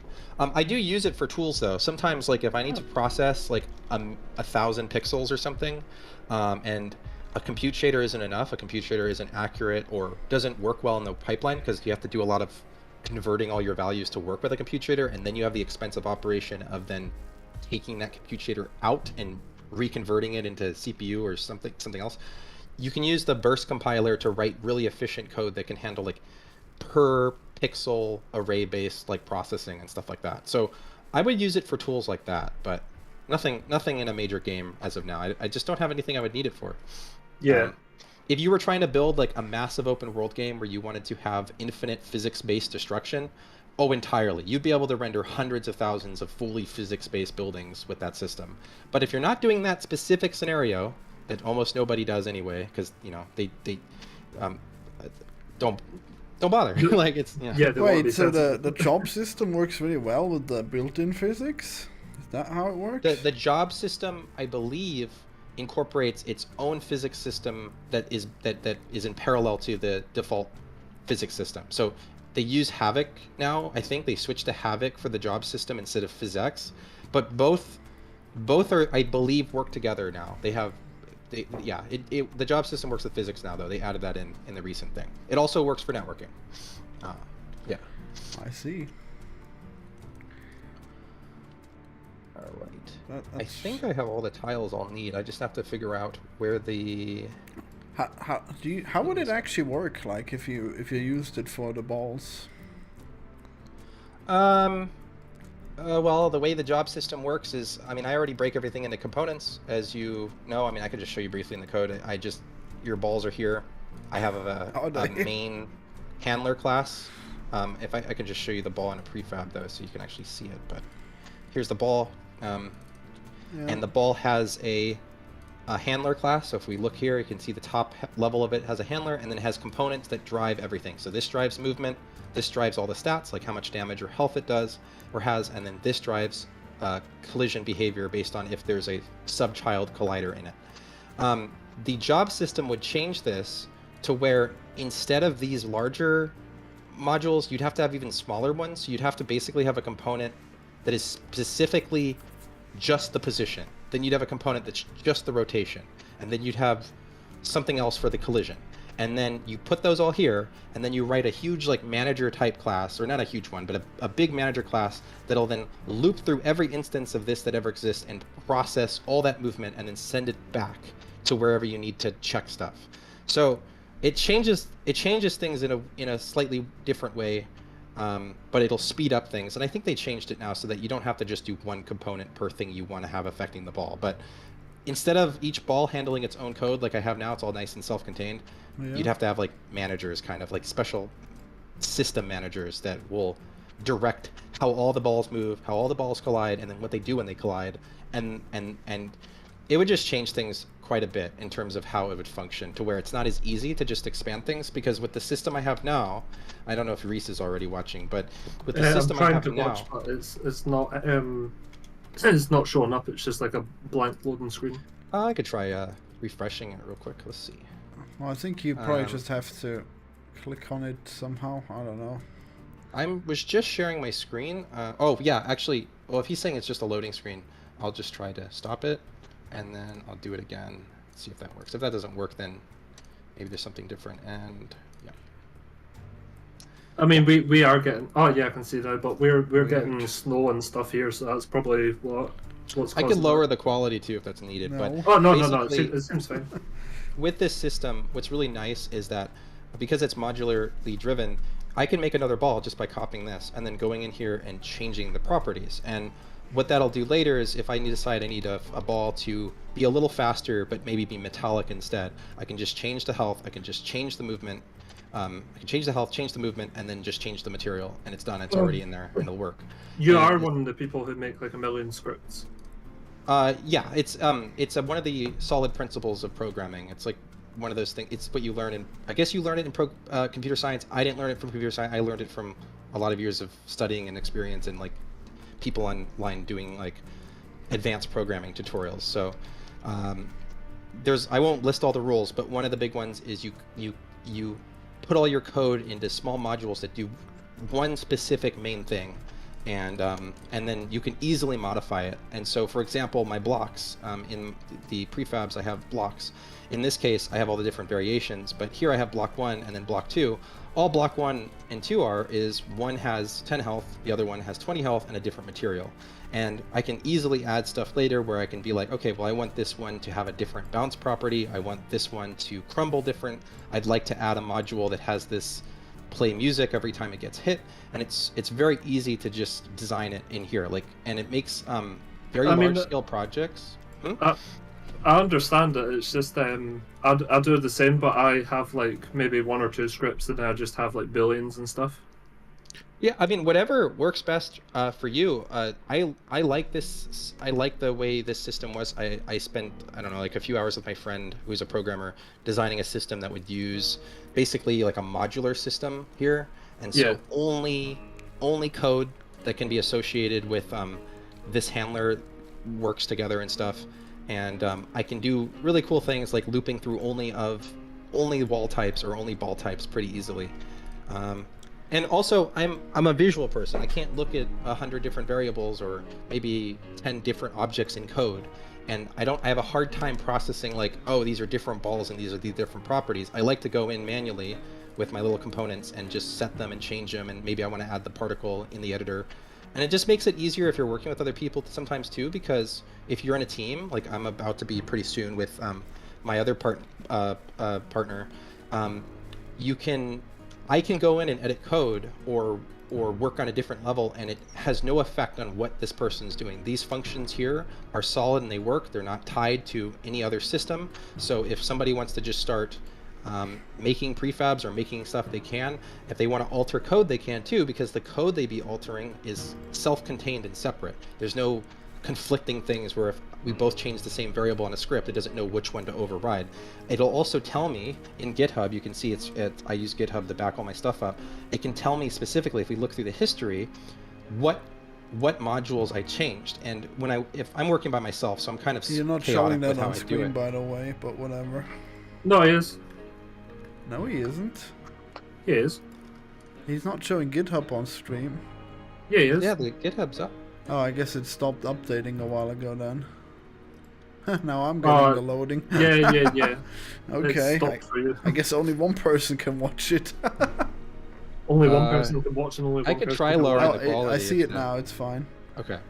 Yeah, so in GitHub, what's really nice when working with other people is that I can look and see every individual file that has been modified. And this is especially true if we look at a project where I worked with someone else. So if I go to this road project, which I work on with my roommate, I can go in and see where she might have made changes. So you can see here, she was making changes to a model here at this time. I mean, you still see that in my with having one big file of code, because it shows like the lines that were changed in the file. Yeah. Right, but here's the issue that you run into. If you have one script and two programmers make a change, in your case, maybe that doesn't happen. But in bigger projects, if 2 programmers edit the same file, this freaks out. GitHub does not understand that which file. Yeah, I mean, I know first. I know how GitHub does that. It's good that I don't work with other programmers, I guess, in the same game. And if we do, we'd have like a separate file that we work on. But to add too, it's just what I love about this system too is anyone can go in here and make a new ball. They can just grab a ball, add whatever component they want. Like by the end of this project, there'll be a variety of different components. So if you had somebody else decide to make levels, if I wasn't no longer actively working on a version of it, if you wanted to make an update, you had like Reese or somebody come in, they can come in here, add new balls, and then just be like, okay, well, I'm going to change the properties. I'm going to add a particle. I'm going to do this, and then it'll just work. It'll just work. Yeah, I'll just put Reese in to make some balls. That's right. So yeah, that's why I do it. Is it really gonna work with all the eventualities? Like, is it really gonna go very far? Like, if they want to make all kinds of stuff, isn't it gonna run out of features for balls eventually? I mean, maybe we will. There's a lot you can do with a projectile, like some rolling enemy type. So there's a lot of different stuff you could do with different types, like heavier balls, lighter balls. I don't know. Bouncy balls. bouncy balls, golf balls, squishy slime-like balls, Smelly balls. balls that maybe on their first impact break into sub balls. You know, you can do that as well. Cluster balls. Cluster ball. Yep. So. Go to the doctor about that. Oh, that's good. Yeah, I mean, I can't wait to see if people like it. I think this is a cool project. I think it'll be pretty cool. Yeah, I mean, I think it's really unique, but I think I'm starting to think it might need those roguelike mechanics for it to actually be replayable a lot. Well, I mean, it's that, or I mean, yeah, but that's the same thing with, like, I think Balloons has a lot of that same stuff where you get experience, and that experience is persistent. It saves, like, not each level, that's but the as opposite of what a roguelike would be. Yeah, it will it restart every time. In a roguelike, though, over time you gain like persistent new upgrades or unlocks for the next time, right? Or in the next time it's different or bigger. I mean, not really. Like in Isaac, you just start over every time. I mean, sure, you got more items, but they don't show up every time. Yeah, it just adds to the overall pool. So I just think, I mean, you could do a roguelike angle, but I also just think you do the whole progression thing where you can get upgrades for your blocks and level them up, and that kind of stuff would pull people in, especially if you threw in shit like dailies where people would log in every day and they want to get their challenge. No! Like, please. You want to make money, Florian? Come on, I can't believe that you're. At some point. I can't believe you're suggesting that there would be persistent progress that gets rewarded with daily upgrades. Oh my god.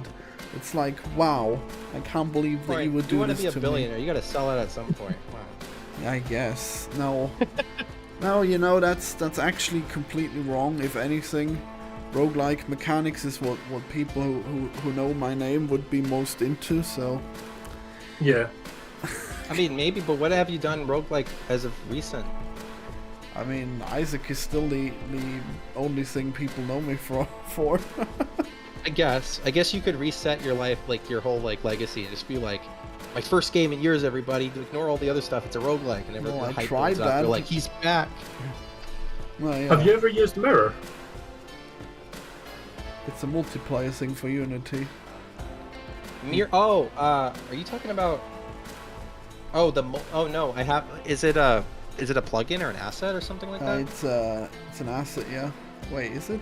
Well, it's Is definitely. Is it not an API or something? It's made by Unity, I think, but then they abandoned it, and then the community recreated it, and now it's called Mirror.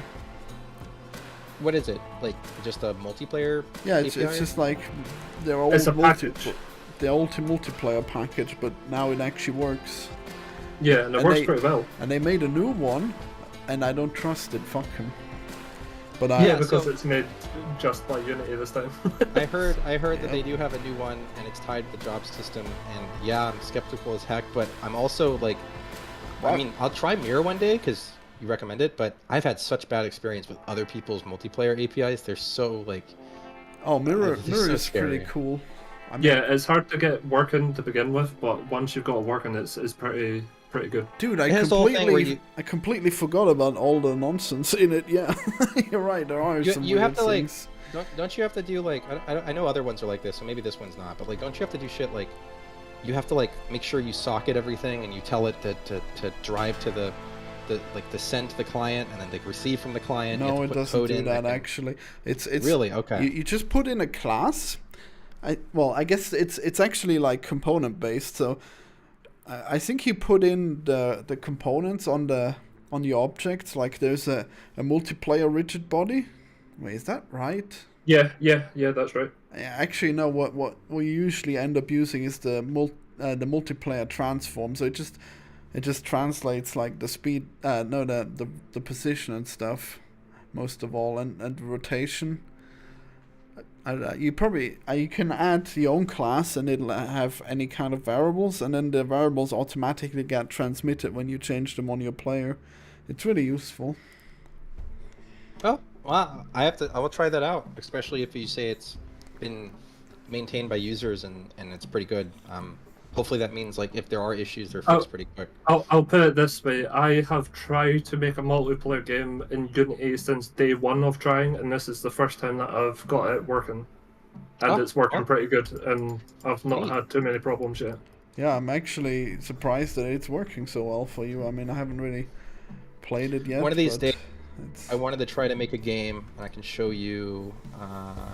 The What is only it? thing is I don't know how to play it without having two PCs and two Steam accounts, so I have to do that every time. I mean, that's fine for Unity, but Yeah. yeah, I mean, you can set it up so that it uses the... I mean, you just have to switch out the component like Steam Connect for another one that's called LAN Connect, I think, and then it just and then you can make it connect to yourself on the same computer, and it's really convenient, and you should definitely look into that, I guess. Ooh, Yeah, alright. I'm sure that was mentioned in the server. Oh yeah, there's also a Discord server that's like really really good. There's a person called Mr. Gadget in it, and he's like, Really? Mr. The Gadget is savior. in there? Wow. yeah, he's like the savior of like everyone. Everyone has problems, and he seems to know the answer to like everything. Oh wait, yeah, no, I think that's... I think I talked to him for a little bit. I think I was thinking of Mr. Dino, who made like the tutorial right. series on Yeah, it. But I think he Dino moved Dapper? he moved on to the other ones, the official one, so he's probably not on there. Ah, right. No, he is on there. I mean, he's I don't know if probably he talks or not. inactive. Yeah. Yeah. But Alright. yeah, I looked at Dapper Dino's tutorial, but I couldn't follow it, so I went on somebody else's tutorial, and it was a lot better. Oh, okay, yeah. Well, Is it his is pretty Dapper? old, I think, by now. Yeah. I think I might have seen it in the past a bit. I might have looked at it. I think I might have been considering it, just because one day I'd like to make a little free game like Muck. Like this game here got like 140,000 reviews, and it's just like this little stupid like battle no, but royale there's- survive thing. There's a reason why it got that big and stuff, isn't it? By Danny. Oh, yeah. Yeah, Yeah, he makes that's cool why shit, then. but also it's not just that, but also because I think the game came out actually Muck came out. Yeah, Muck came out before Crap Game. It's also just like I don't know. He has a way of making these really small games that are free, and it's kind of like another one called like Bean Battles. Yeah, this one's $1. They're like it's an awful game, but it sold so much and people loved it. And I just want to make like a short, like a tiny free or $1 game that could be fun to play with friends. Like mostly because my definitely girlfriend wanna and do that roommates one love playing day. games together. Yeah, don't they have to like keep adding like loads of stuff into it though to keep it up? I'm pretty sure that's what Danny was complaining about before. Bean Battles, I don't think has gotten many updates. Let's see. The last one, well, they updated it a bit. They've updated it this year. Yeah, but they just added like this is all the changes they did. So it's like Yeah, you can yeah. make the illusion that you're still updating it by doing like a one bug fix like every few months or something. Well, when it comes to multiplayer, there's usually like one fix is like a big thing usually. Yeah. Oh yeah. Let me see. What is going on? Well, I mean, I'm pretty close to making progress at least, so I'm just confused why this lerp is so slow. I guess it's lerping later on as well. I actually finally made it so that the rotation is good, which I mean, I guess there's like so much stuff I need to fix about this stupid dung ball, but now at least the rotation is correct. I think. Maybe I made it too slow. Oh, I had to That looks make fine. the character like rotate to the normal of the ground and stuff, but it was like rotating towards the screen whenever you're going a slope towards the screen. Yeah, that's bad.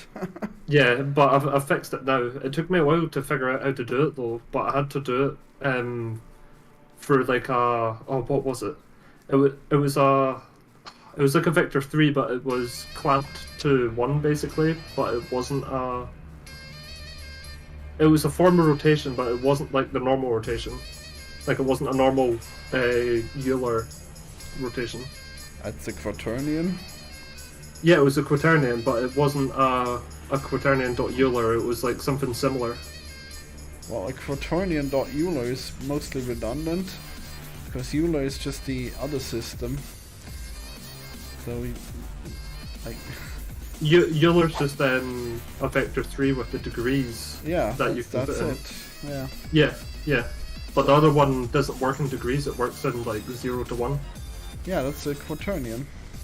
Oh, is that just a standard quaternion? Yeah, the Euler is actually like a cheat, the fact that you can just use a quaternion.euler just means that it like That translates converts the old system, the basic system into the system it actually uses, which is the quaternion.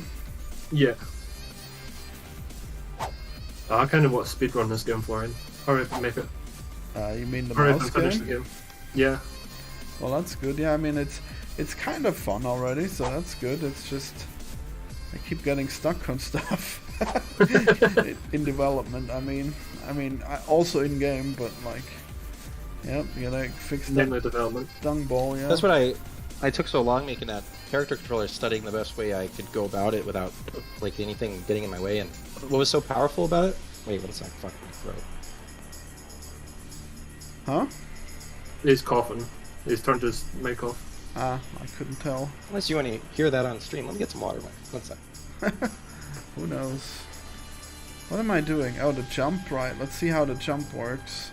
So while I'm walking, yeah, he's jumping the wrong way. I hate that. I hate how hate he's that UI so much. What? I hate the UI so much. It's like the ugliest UI ever. You don't like the little mouse face? No. Like, yeah, no, I don't like it. You don't like the poster that we made? I like the poster, but like the UI, I really don't like the. In I don't know, game? just the mouse popping out. Yeah, it looks like an N64 like pre-render that they used to do. Well, it is a pretty old game by now. Yeah. Yeah, it's. Yeah, but it's not 1995. Well, I mean, this would have looked fine back then. Jeez. But also, I mean, it's kind of a placeholder, whatever. Yeah. It's just so like desaturated and weird looking. Desaturated. Wow. I mean. Yeah. I guess now that you mention it, sure. I mean, it's how it used to be, but now you see the shader makes the mouse pretty saturated now, and I guess that looks good. Well, yeah. It looks a lot better in game than the UI, obviously. Well, now it does. I mean, I'm pretty sure that was a screenshot back then. Something. Yeah, probably. Yeah.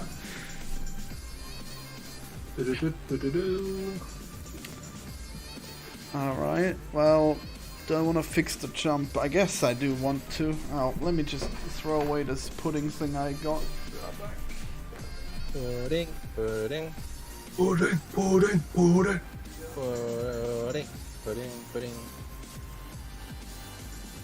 Yeah, Okay. the only thing with mirror is it doesn't give you like proper errors if you're missing certain things with the variables.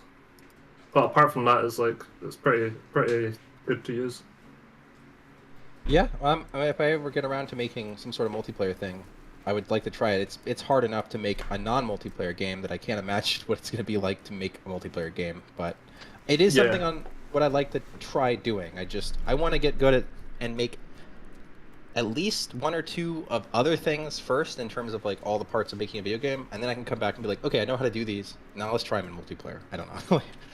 I don't want to run into a situation I've never had to do before, and then simultaneously have to do it for multiplayer as well, because I feel like that would be such a nightmare for me. Hey, Dan. Oh, yeah. Sometimes you have to like reprogram certain things just for it to work with it. So, by the way, what name do you go with now? Since you You said could just like for the sake of this, I don't know. You could just call me. You could just call me D or Joe or something, like D for the first initial of the name, or just call me Joe. I'll call you Daddy. How about that? Your name's actually Joe? Yes. Wow. Oh. Never knew. Alright. I'll try to remember that. No worries if you don't. What was that? Oh, yeah, so have you ever played Ballfrog?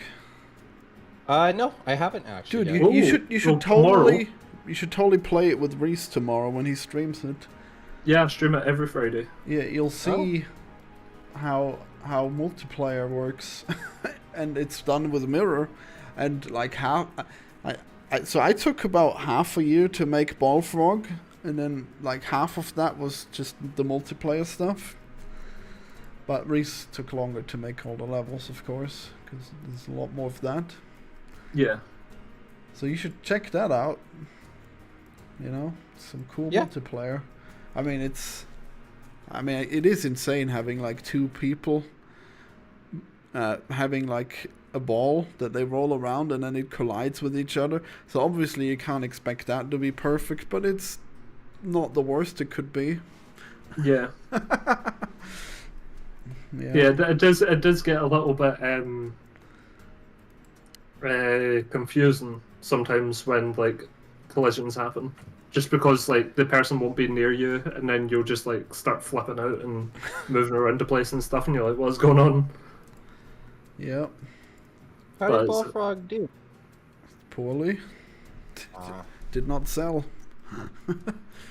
You at least get a few people that play it. Well, I mean, there's been a couple of times when I've went on and checked the multiplayer stuff, and people have been playing. like Well, that's it's decent. rarely 0 people playing per day, but like it's pretty unlikely that there is something going on. Yeah, but every Friday, I'm playing it on stream, so everyone's welcome as well. I usually just go into this channel or the Squid Room channel. Yeah. So are you gonna play with him, Joe? Yeah, I mean, I might. I don't. What time is it? Do you do that tomorrow? Well, in fact, when this stream started is roughly when I do it. Yeah, Okay, I might be able to. Yeah, Yeah. I mean, it all comes down. I have this problem where I can't enjoy like playing around unless I've done work and stuff. So it all depends on if I can get this accomplished by tomorrow, which is what I'm betting on. I should feel comfortable being able to do it. Otherwise, I'll just like be dreading the fact that I haven't done this. So. Yeah, I guess I'll have to fire you. Well, yeah. If you do, it's just back to the other thing that I'm going to work on. It's just longer term, more Yeah, risk I in my obviously future. won't. Whatever. Obviously won't fire you. Haven't even fully hired you yet, but yeah. No, there's plenty of time to get it done. I mean, you're probably already faster than most people are. I felt so slow because I could have got this prototype done in a day, but it would have sucked. Like to work on from further. I just wanted to make a cool system to be like, yeah, you can use this to build up very easily off of. I am the exact same. Just now, I have got a game that I'm working on, and it's taken so long just to get the character to be able to like use all the moves and run about and stuff, Yeah. and to actually make it feel good. That was the main goal of it. It uses like the inbuilt physics and all that stuff, which I'm not used to using. But after a test game that I made like a claw machine spider game as a test, and that really taught me a lot about like just using rigid bodies in general.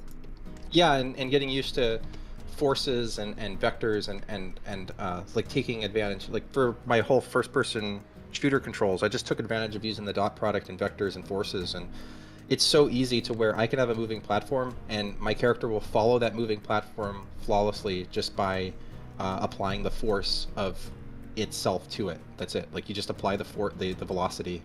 Yeah, but there is actually inbuilt stuff in Unity that do that for you.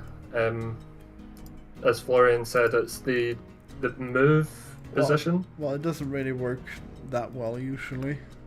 Oh, right, okay. Yeah, if you, anyway. I mean, you probably already know the move position just makes it so that like, if you move a thing that way, it pushes other things away. Yeah. Does it need to Right. be cinematic? I am going to. Oh, pardon me. I'm going to go just now. Damn. I've got a couple of things to do quickly, and then I might be on after, might not. Okay. Depends how long you stream for. But yeah, have fun, guys. Bye-bye. Bye. Bye. Peace. It probably won't be too much longer, actually. Alright. Yeah. Alright, I guess I haven't... Oh yeah, so you said you would like to play this, I guess, so that's good. I really hope, I guess, it does well.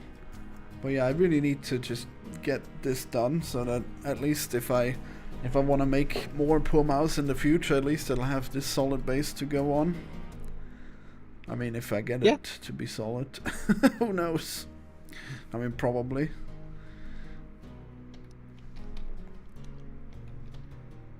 Oh boy, I wonder if this is gonna work.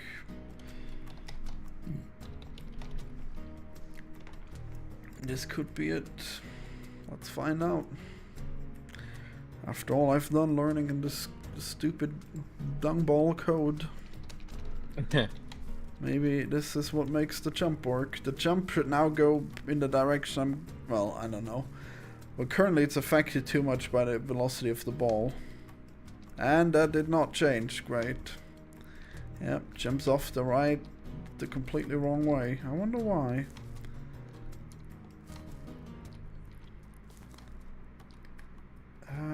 Wherever do I do such a thing? Jump. Oh, it has jump. Alright. Do we have anything else jump-wise?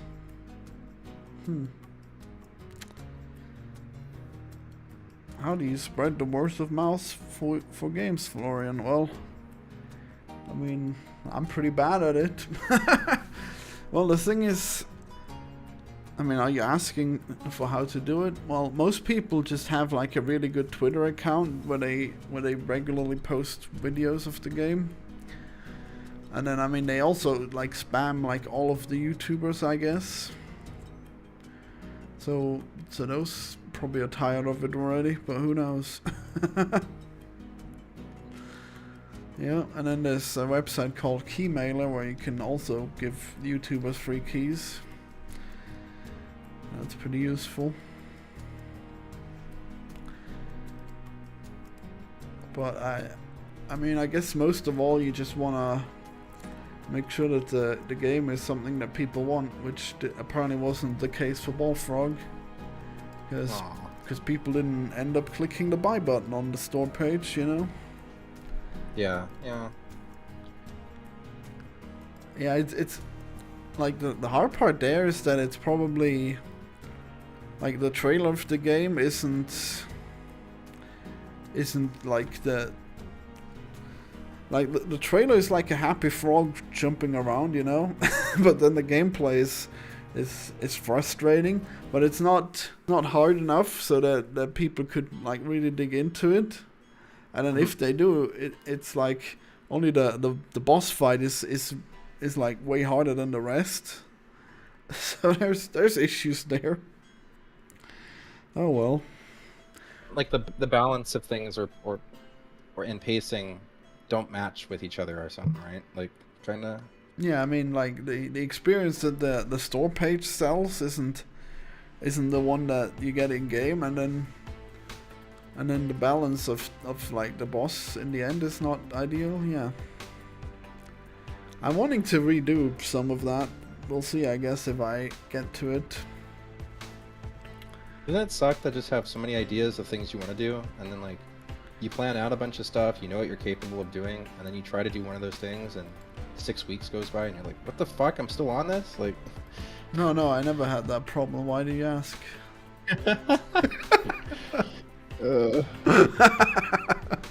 Yeah, so I've mapped out these 4 games that I'm gonna make in these 2 years, okay, and I only have to work like 1 or 2 hours a day. Do you think I can do it? you know what? Maybe. I think. Yeah. Who knows? Okay, so this variable just increases how much you jump. Okay.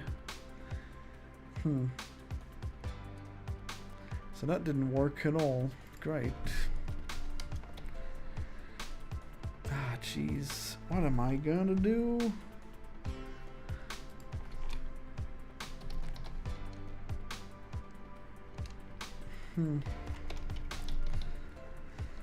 Anything here about undone on shroom? Okay. Right, so let's try to undo that part then. Guess that didn't work out. God, if I could just get that jumping off to work, then at least I will have done decent stuff today. Oh boy. Well, that's something. I mean, I already made the mouse rotate better when it's on the ball, so that's good. Yep. Also, the tail is really pissing me off how it's really janky occasionally. If I could do that as well, but that'd probably be another hour. I don't know. Probably more.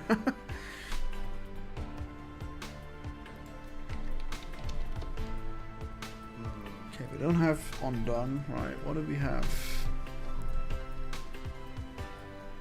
God, what does it all mean?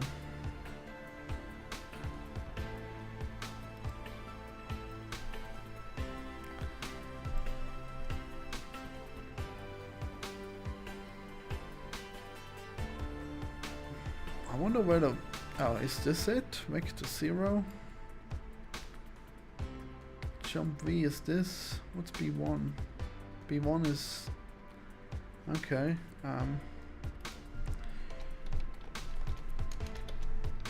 If undone is not no, then we will just say jump V equals minus target deload forward. You think that could work? Probably not. We'll see. I mean, it might. I mean, I guess it would do something at least if it works. I have a question. Do you enjoy, to this day, still making video games? I mean, I'd enjoy it a lot more if it wasn't this game. This with the old code. Yeah. Do you do things now a lot differently than what this game has? I mean, I do it the same but better. Okay. I mean, this game has like, I mean, okay, God, this is so stupid. Like, so I gave up on this game like 4 years ago, and then I saw this one other game that I'm working on, and I just reuse all of my old code and just put it inside the other game. Right. And that was a game where you would run around in a fractal. I wonder if that's still... That's right. Yeah, I remember that. That was inside this engine too. So now there's like even more stuff in here that doesn't quite make sense. Oh boy.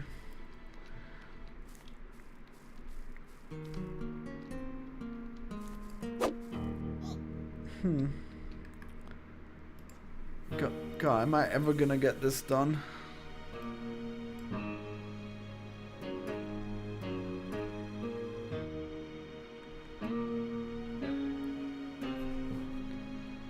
Ah, jeez. What else do we do with Jump V? But yeah, so there's like really old code, and then there's slightly updated, but then also got an old code. And now there's new code in it, I guess, which is making it a little hard to work with. Occasionally, yeah. I try to do new stuff, but then it ends up breaking old stuff, so that's always great. Okay, I'm starting to think that the issue is that the mouse is not keeping up with the ball. Yeah, if the ball keeps rolling, the mouse should stick to it, I guess. Ah, jeez, that's gonna be a pain in the ass.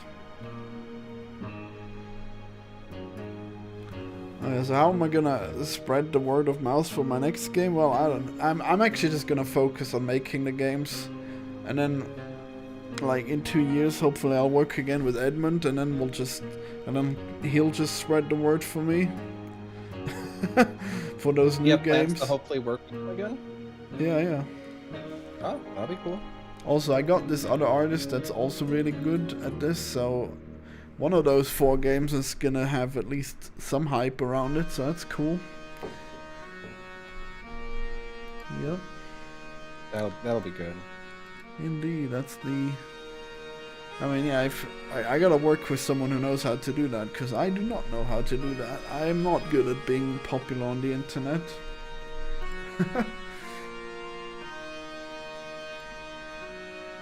Is there anything here where velocity equals 0? Ah, jeez. Alright, jump, start.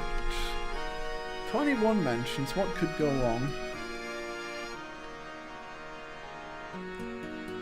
jump start off. Is this? Yeah, this should be correct. Is it?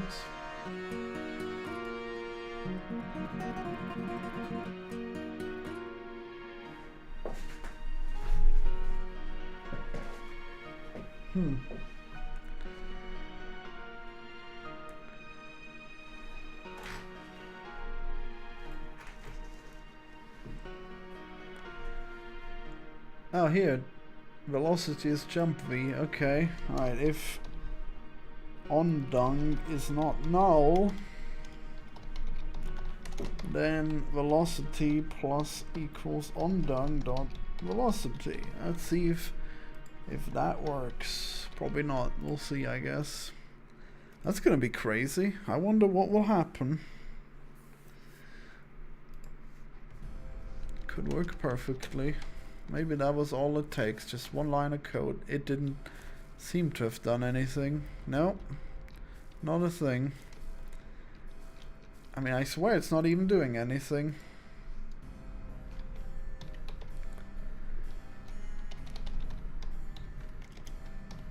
Yep, I gotta find out if this ever happens. So did you figure out how this wall stuff works? Oh, look, a diamond. Yeah, no, I've just been testing out different things. That's kind of what I do, is I'll play around and see what I learn, and then from that I will carry it on. I'm getting pretty close though to what I think I'm going to use, but Was that's still up in the was air. that diamond done with the tile thingy? Oh, this? Well, No, this was me testing to find more shapes, and I was just oh, okay. double checking my old shapes and stuff like that. So that's There's not done with code. Yeah, this'll work fine. I'm just trying to figure out if there's other cases where things could fall apart, and I mean, there. Do you have it in game right now? I mean, can you show I'll me? test this in a minute, but I just don't see the point. I don't see the point myself when I test this stuff to test it if I find an issue right before I even implement it. I mean, And how that's long what- would it take to test it? I have to set up the rules and throw it together. Probably take about. Well, don't worry. I still have time, so it's fine. I'm just What the fuck does this variable mean? Oh god, what have I done? This isn't even what I was... Ah, jeez. Cool. That wasn't at all what I was doing. What does play GG even mean? Ah, jeez. Oh no. But it doesn't even set velocity down in here. Ah, jeez.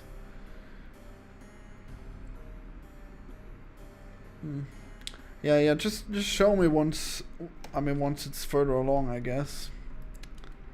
Yeah, it should be by the end of today. I'll send something, but right now I'm in a case of just like. I was hoping I mean, for at the end of the stream, actually. I mean, I could walk you through the issues that we'll run into, but it's too hard to try to implement something when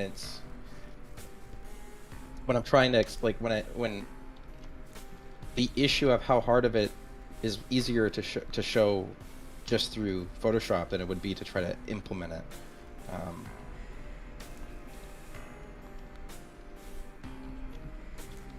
Yep.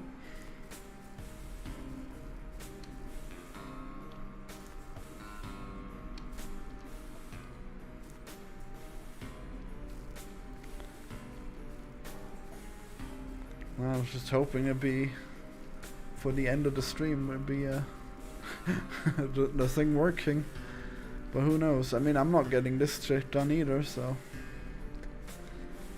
I can't believe that it's not even executing that code. What the hell? Where am I? Walk frame? Target is play. How is this not playing?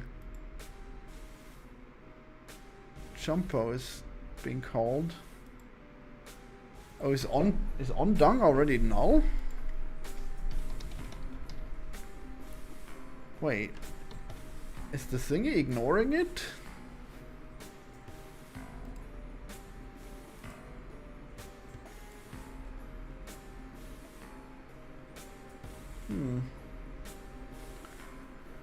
Tricky.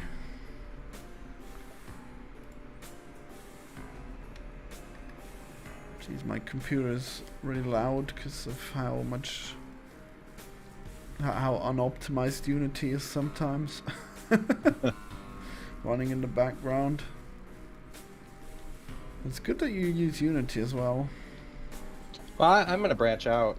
Godot 4 is already proven itself to be much better than Unity's current stuff, so I might be switching to try it out, because everyone's leaving Unity. I'm not leaving. I just want to, have an ability to use multiple tools, So if I ever get somebody that wants me to make a small project for them in Godot, I'd love to make a game in it because I want to learn it. I see. I just don't think it's good to put all my eggs in one basket, in terms of my skills, I guess, because I could fuck myself. I mean, that seems... I mean, you really don't have to worry about Unity stopping to exist, right? It's not a matter of it stopping to exist. It's a matter of if it's a viable tool to continue making games in. If they keep, kind of messing up the engine in ways that people don't like or breaking it. Because newer versions of Unity, to this day, newer ones have issues where the editor just stops working. I've ran into so many issues where the editor just breaks, and yeah, I guess it's how can I rely on that if not even the editor is working, let alone whatever code I'm trying to implement. I mean, yeah, sure.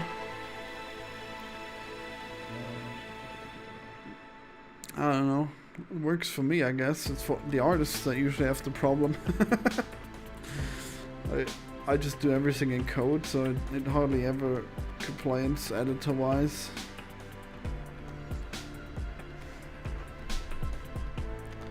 I guess I should use more of that stuff, more of the editor stuff. Oh good, I was just wondering if layers of diagonal walls would work correctly. Wait, no, this is still Photoshop, damn it. Yeah, I was just looking because before the way I was doing it. Yeah, I keep thinking, oh yeah, he's done it. Nope, it's still Photoshop. No, this is gonna work. I'll make the rules now. This will work. This will work fine. Wow. I think I figured out what I want, so this will work fine. Yeah, but yeah, I actually really like making new prototypes, I guess, and finishing them should be easy too if I keep them small. So I really should just Poor Mouse is the worst one of the games I have on my list that I need to finish. And the other games are all fun. Well, I guess Feast is also a bit bloated by now. But have you played Feast? Oh. I don't know, I haven't. Well, damn. I guess I'll you should remind me when I make the play test so you can be in it. What is it exactly? It's kind of like a maze game where you have to avoid enemies and eat all the eggs. Oh, okay. It's pretty cool. I don't know why I'm a bit reminded of Pac-Man, but I assume there's more to it. Yeah, I just didn't want to say it, you know.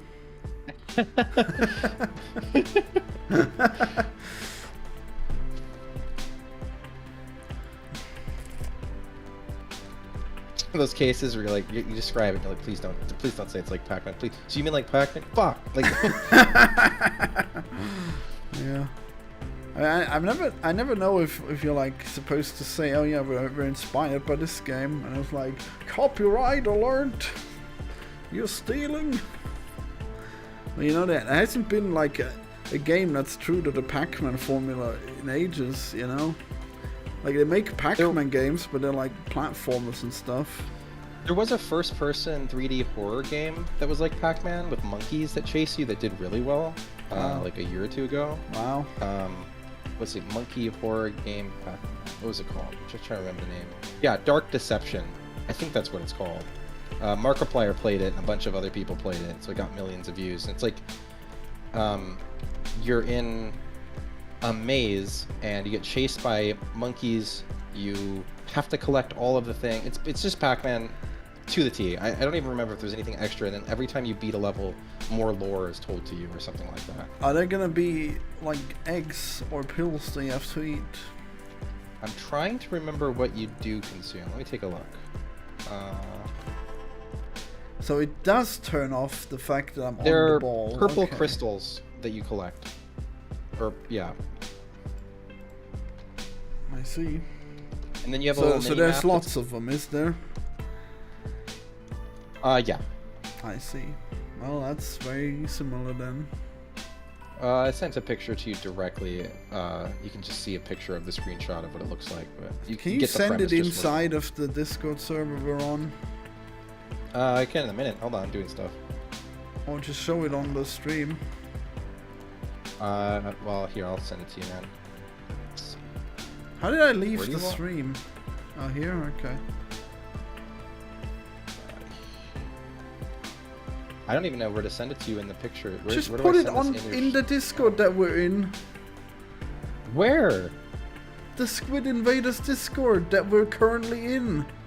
Right, I'm aware. I'm in the Discord. Where do you want it sent to you? General. All right. There you go. Yeah, people will understand. Oh wow, it is just like that, huh? The map. The map is really all that you need to know. The rest of the game is useless. Yep. And Markiplier doesn't add anything either. Hey, you know what? Just program in a picture of Markiplier at the top left of your game, built in, as a. Yeah, maybe someone should just make games like that from now on, where they just have a YouTuber be excited by what you do, and you can pick different YouTubers, and it has real voice acting by them. Oh, or not even real. It could just be AI generated. You know? Oh yeah. The perfect That's an idea. The perfect concept. God damn it, it's setting it to false, but why is it setting it to false? Ugh.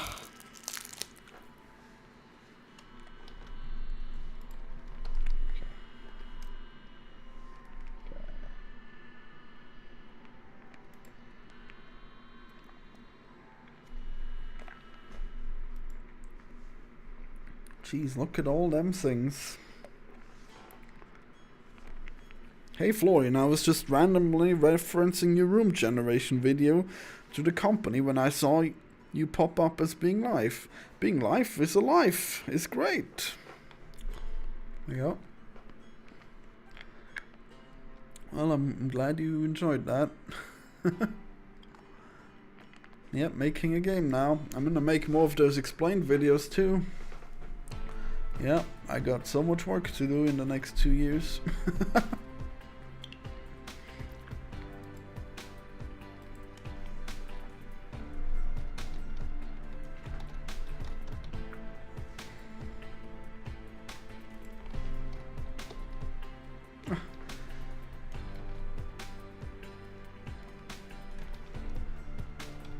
What brought about this inspiration to make so much in such a little time?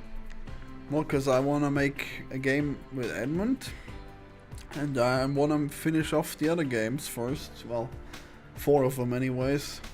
I mean, I actually have 7 games, so I'm only doing 4 out of 7, but still, it'd be great if I got those done. Yeah, that would be pretty cool. Yeah. Indeed.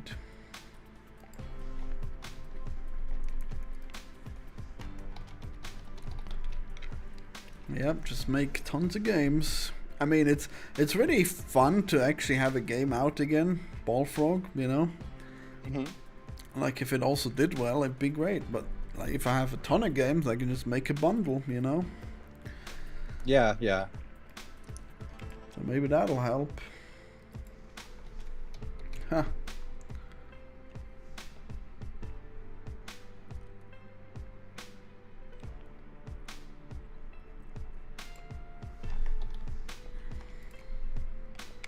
I wonder if this will help. Probably not, right?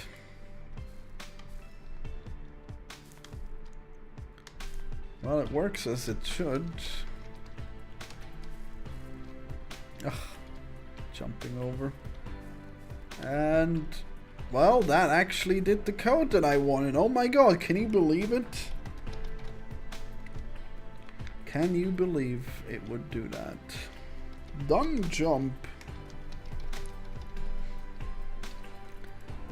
My my trash can next to me is kind of smelly, so I'm gonna have to empty that now.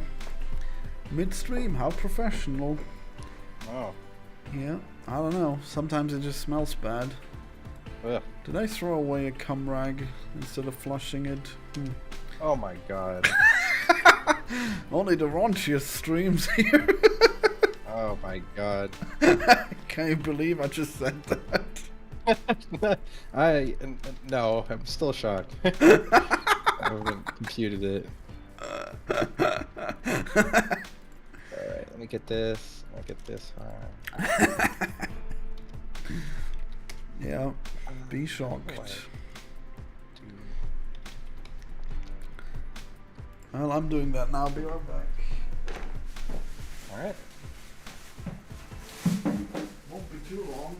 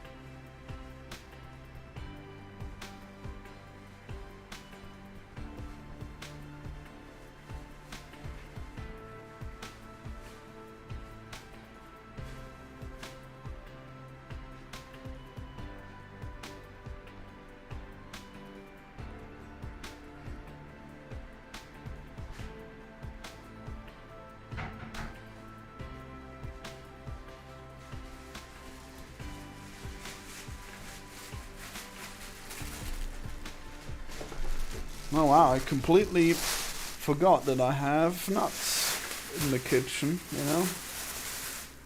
Can you hear this? Yeah, it's pretty loud, huh? Yeah. Where's Damon? Oh, where's Joe?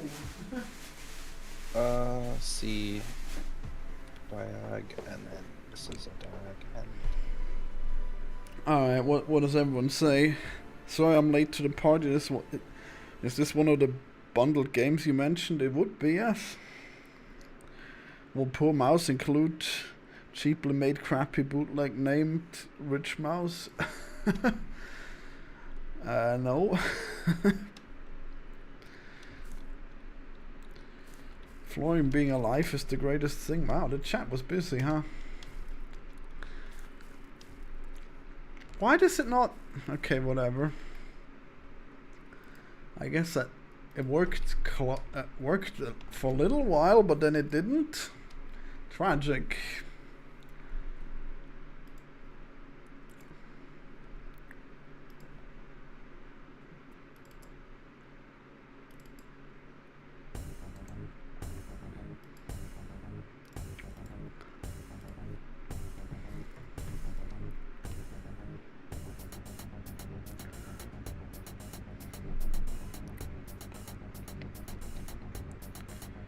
We're getting a lot of the rodent, but not any feastables.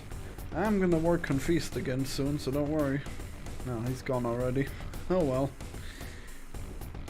And jump. Didn't do anything. Nope. Why? Why you know?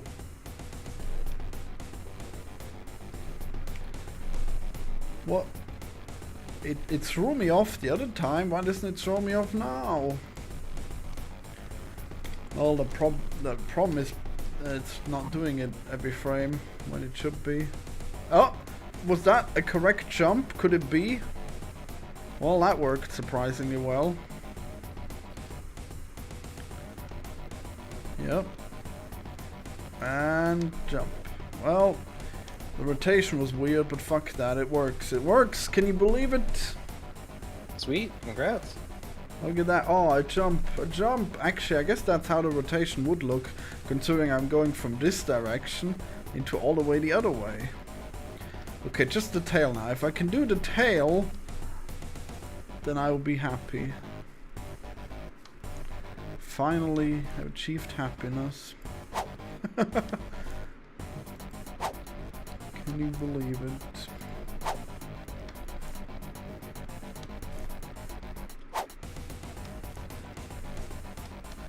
This game has a lot of speedrunning potential. I programmed it so that you can build up speed through consecutive jumps. Oh, a bit of like, I guess, like a little bee hopping kind of thing? I guess. I mean, like you would literally be hopping like a kangaroo, because you're a kangaroo mouse. You know? But you always clip through that thing, I don't know why. I didn't know until like yesterday that deer mouse existed. What are they? It's like there's another name for it, but it basically looks like a tiny deer. Like it's a very tiny deer, like the size of a cat. But it has like a very mouse-like face. Wait, a mouse is the size of a cat? I think it's more considered a deer, but it has hooves. Oh, I've seen those. Well, Yeah. not in real life. Deer mouse. Actually, I'm kind of tempted to stop. Should I?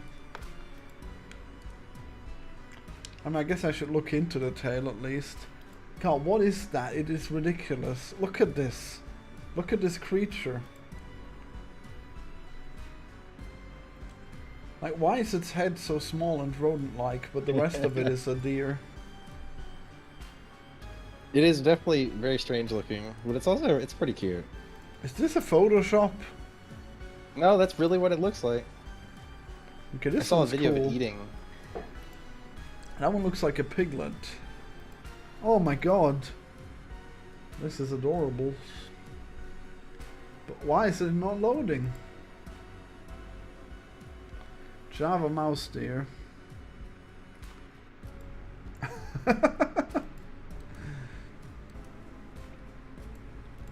Alright.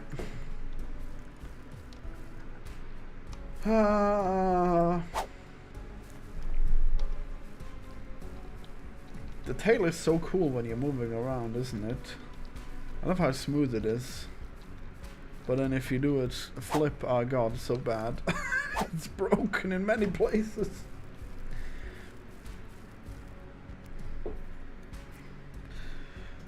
What have deer been making babies with? Yeah, I wonder. Is this game half as good as Ballfrog? We're in for a treat. Oh, thanks. Maybe have an upgrade that you can be... maybe an upgrade can be that your mouse can evolve into mouse deer. Wow. That would be freaky.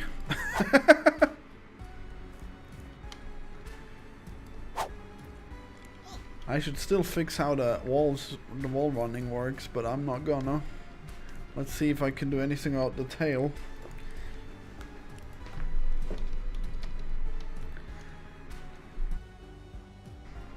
Okay, so how about I do this? What then? Wait, that's not right. It should be... Wait, should it be? Can you break a function? I guess not, because it didn't... It seems a syntax error. Okay, figures. What if you return? What will it do?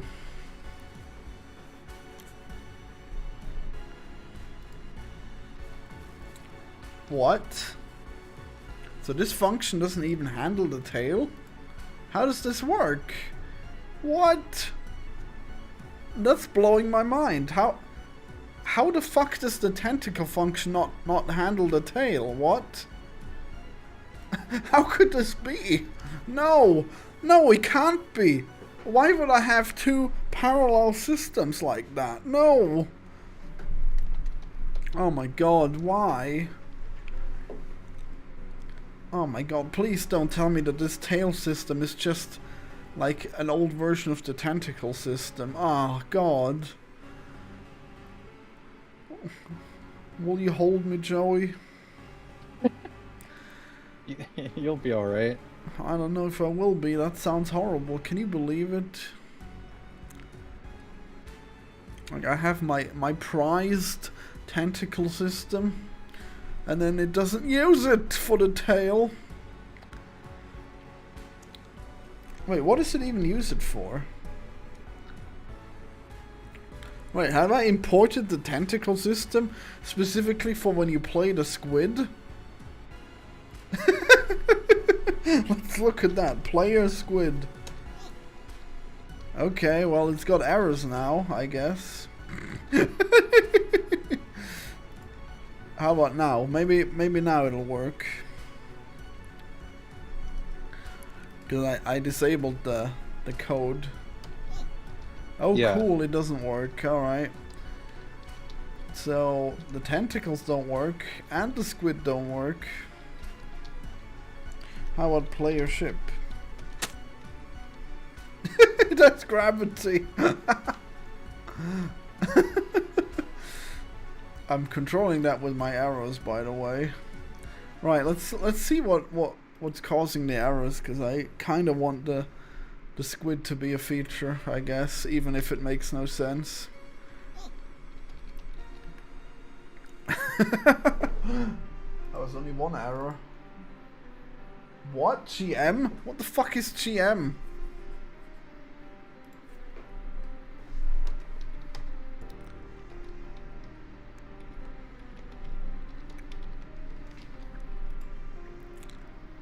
Why would it be called GM? What could that possibly be?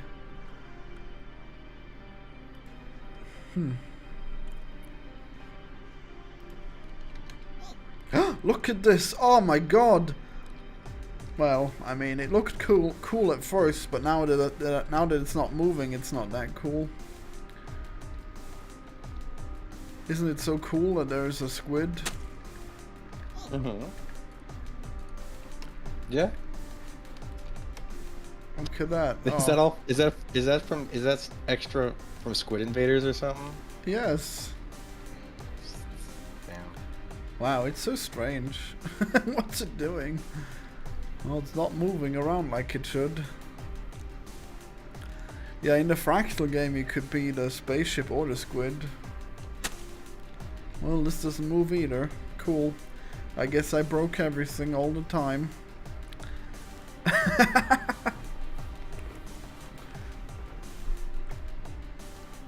Well, to be fair, I have been remaking the entire movement system, I guess. Kind of. Huh? Yeah. Otherwise, I probably wouldn't have broken it. You know... Okay, let's look at this stupid tail system real quick. Maybe I can fix it. Tail grab. Tail rotation. Short for tail rot. Tail rot. Yes.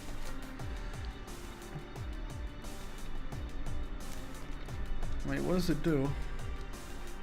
Tail rot. In late effects.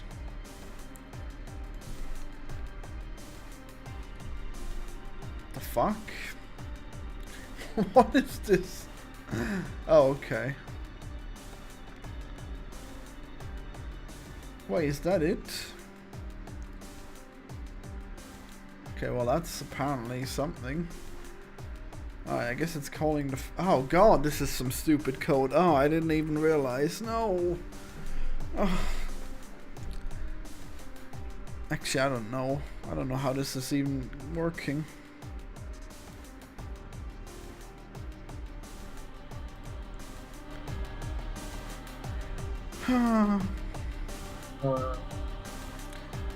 I had a typo from too much coffee, but I'm owning it now. Hentail. Okay. Prize tentacle system. Is this the mouse game or the hentai game? It's both. Yeah. Or they can perhaps not be mutually exclusive, yes.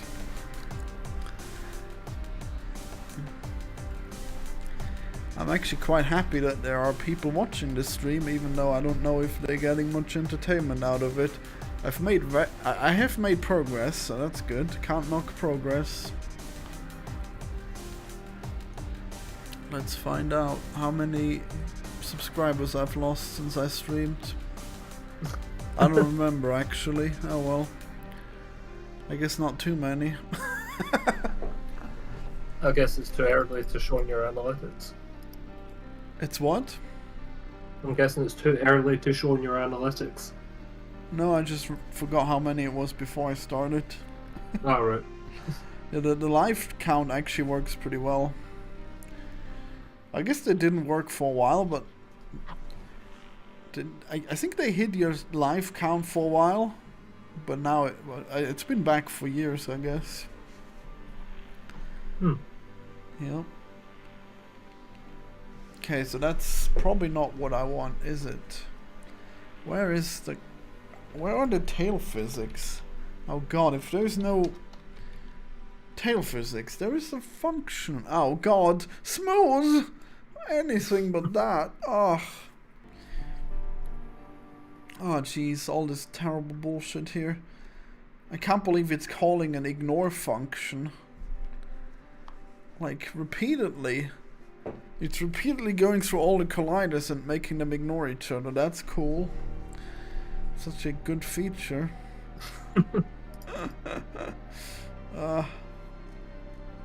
Might as well just move the whole object to the ignore raycast layer actually. Oh well.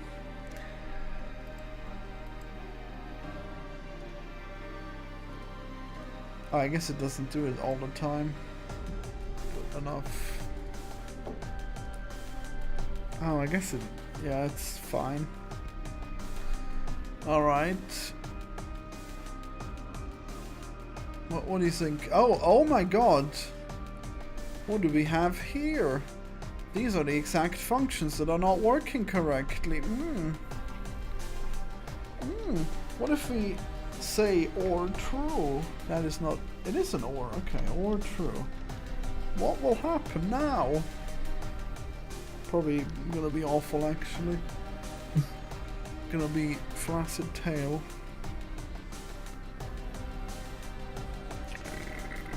Ooh. Blue. That was a weird burp, huh? That was a Dracula burp. What? Does it work? No, it looks about the same. I guess this didn't make any difference.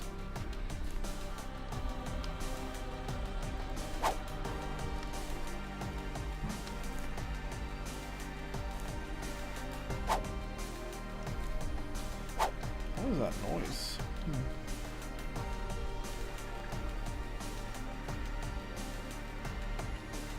I'm just hammering in the middle of the night. I can't hear it on the stream. Oh, okay.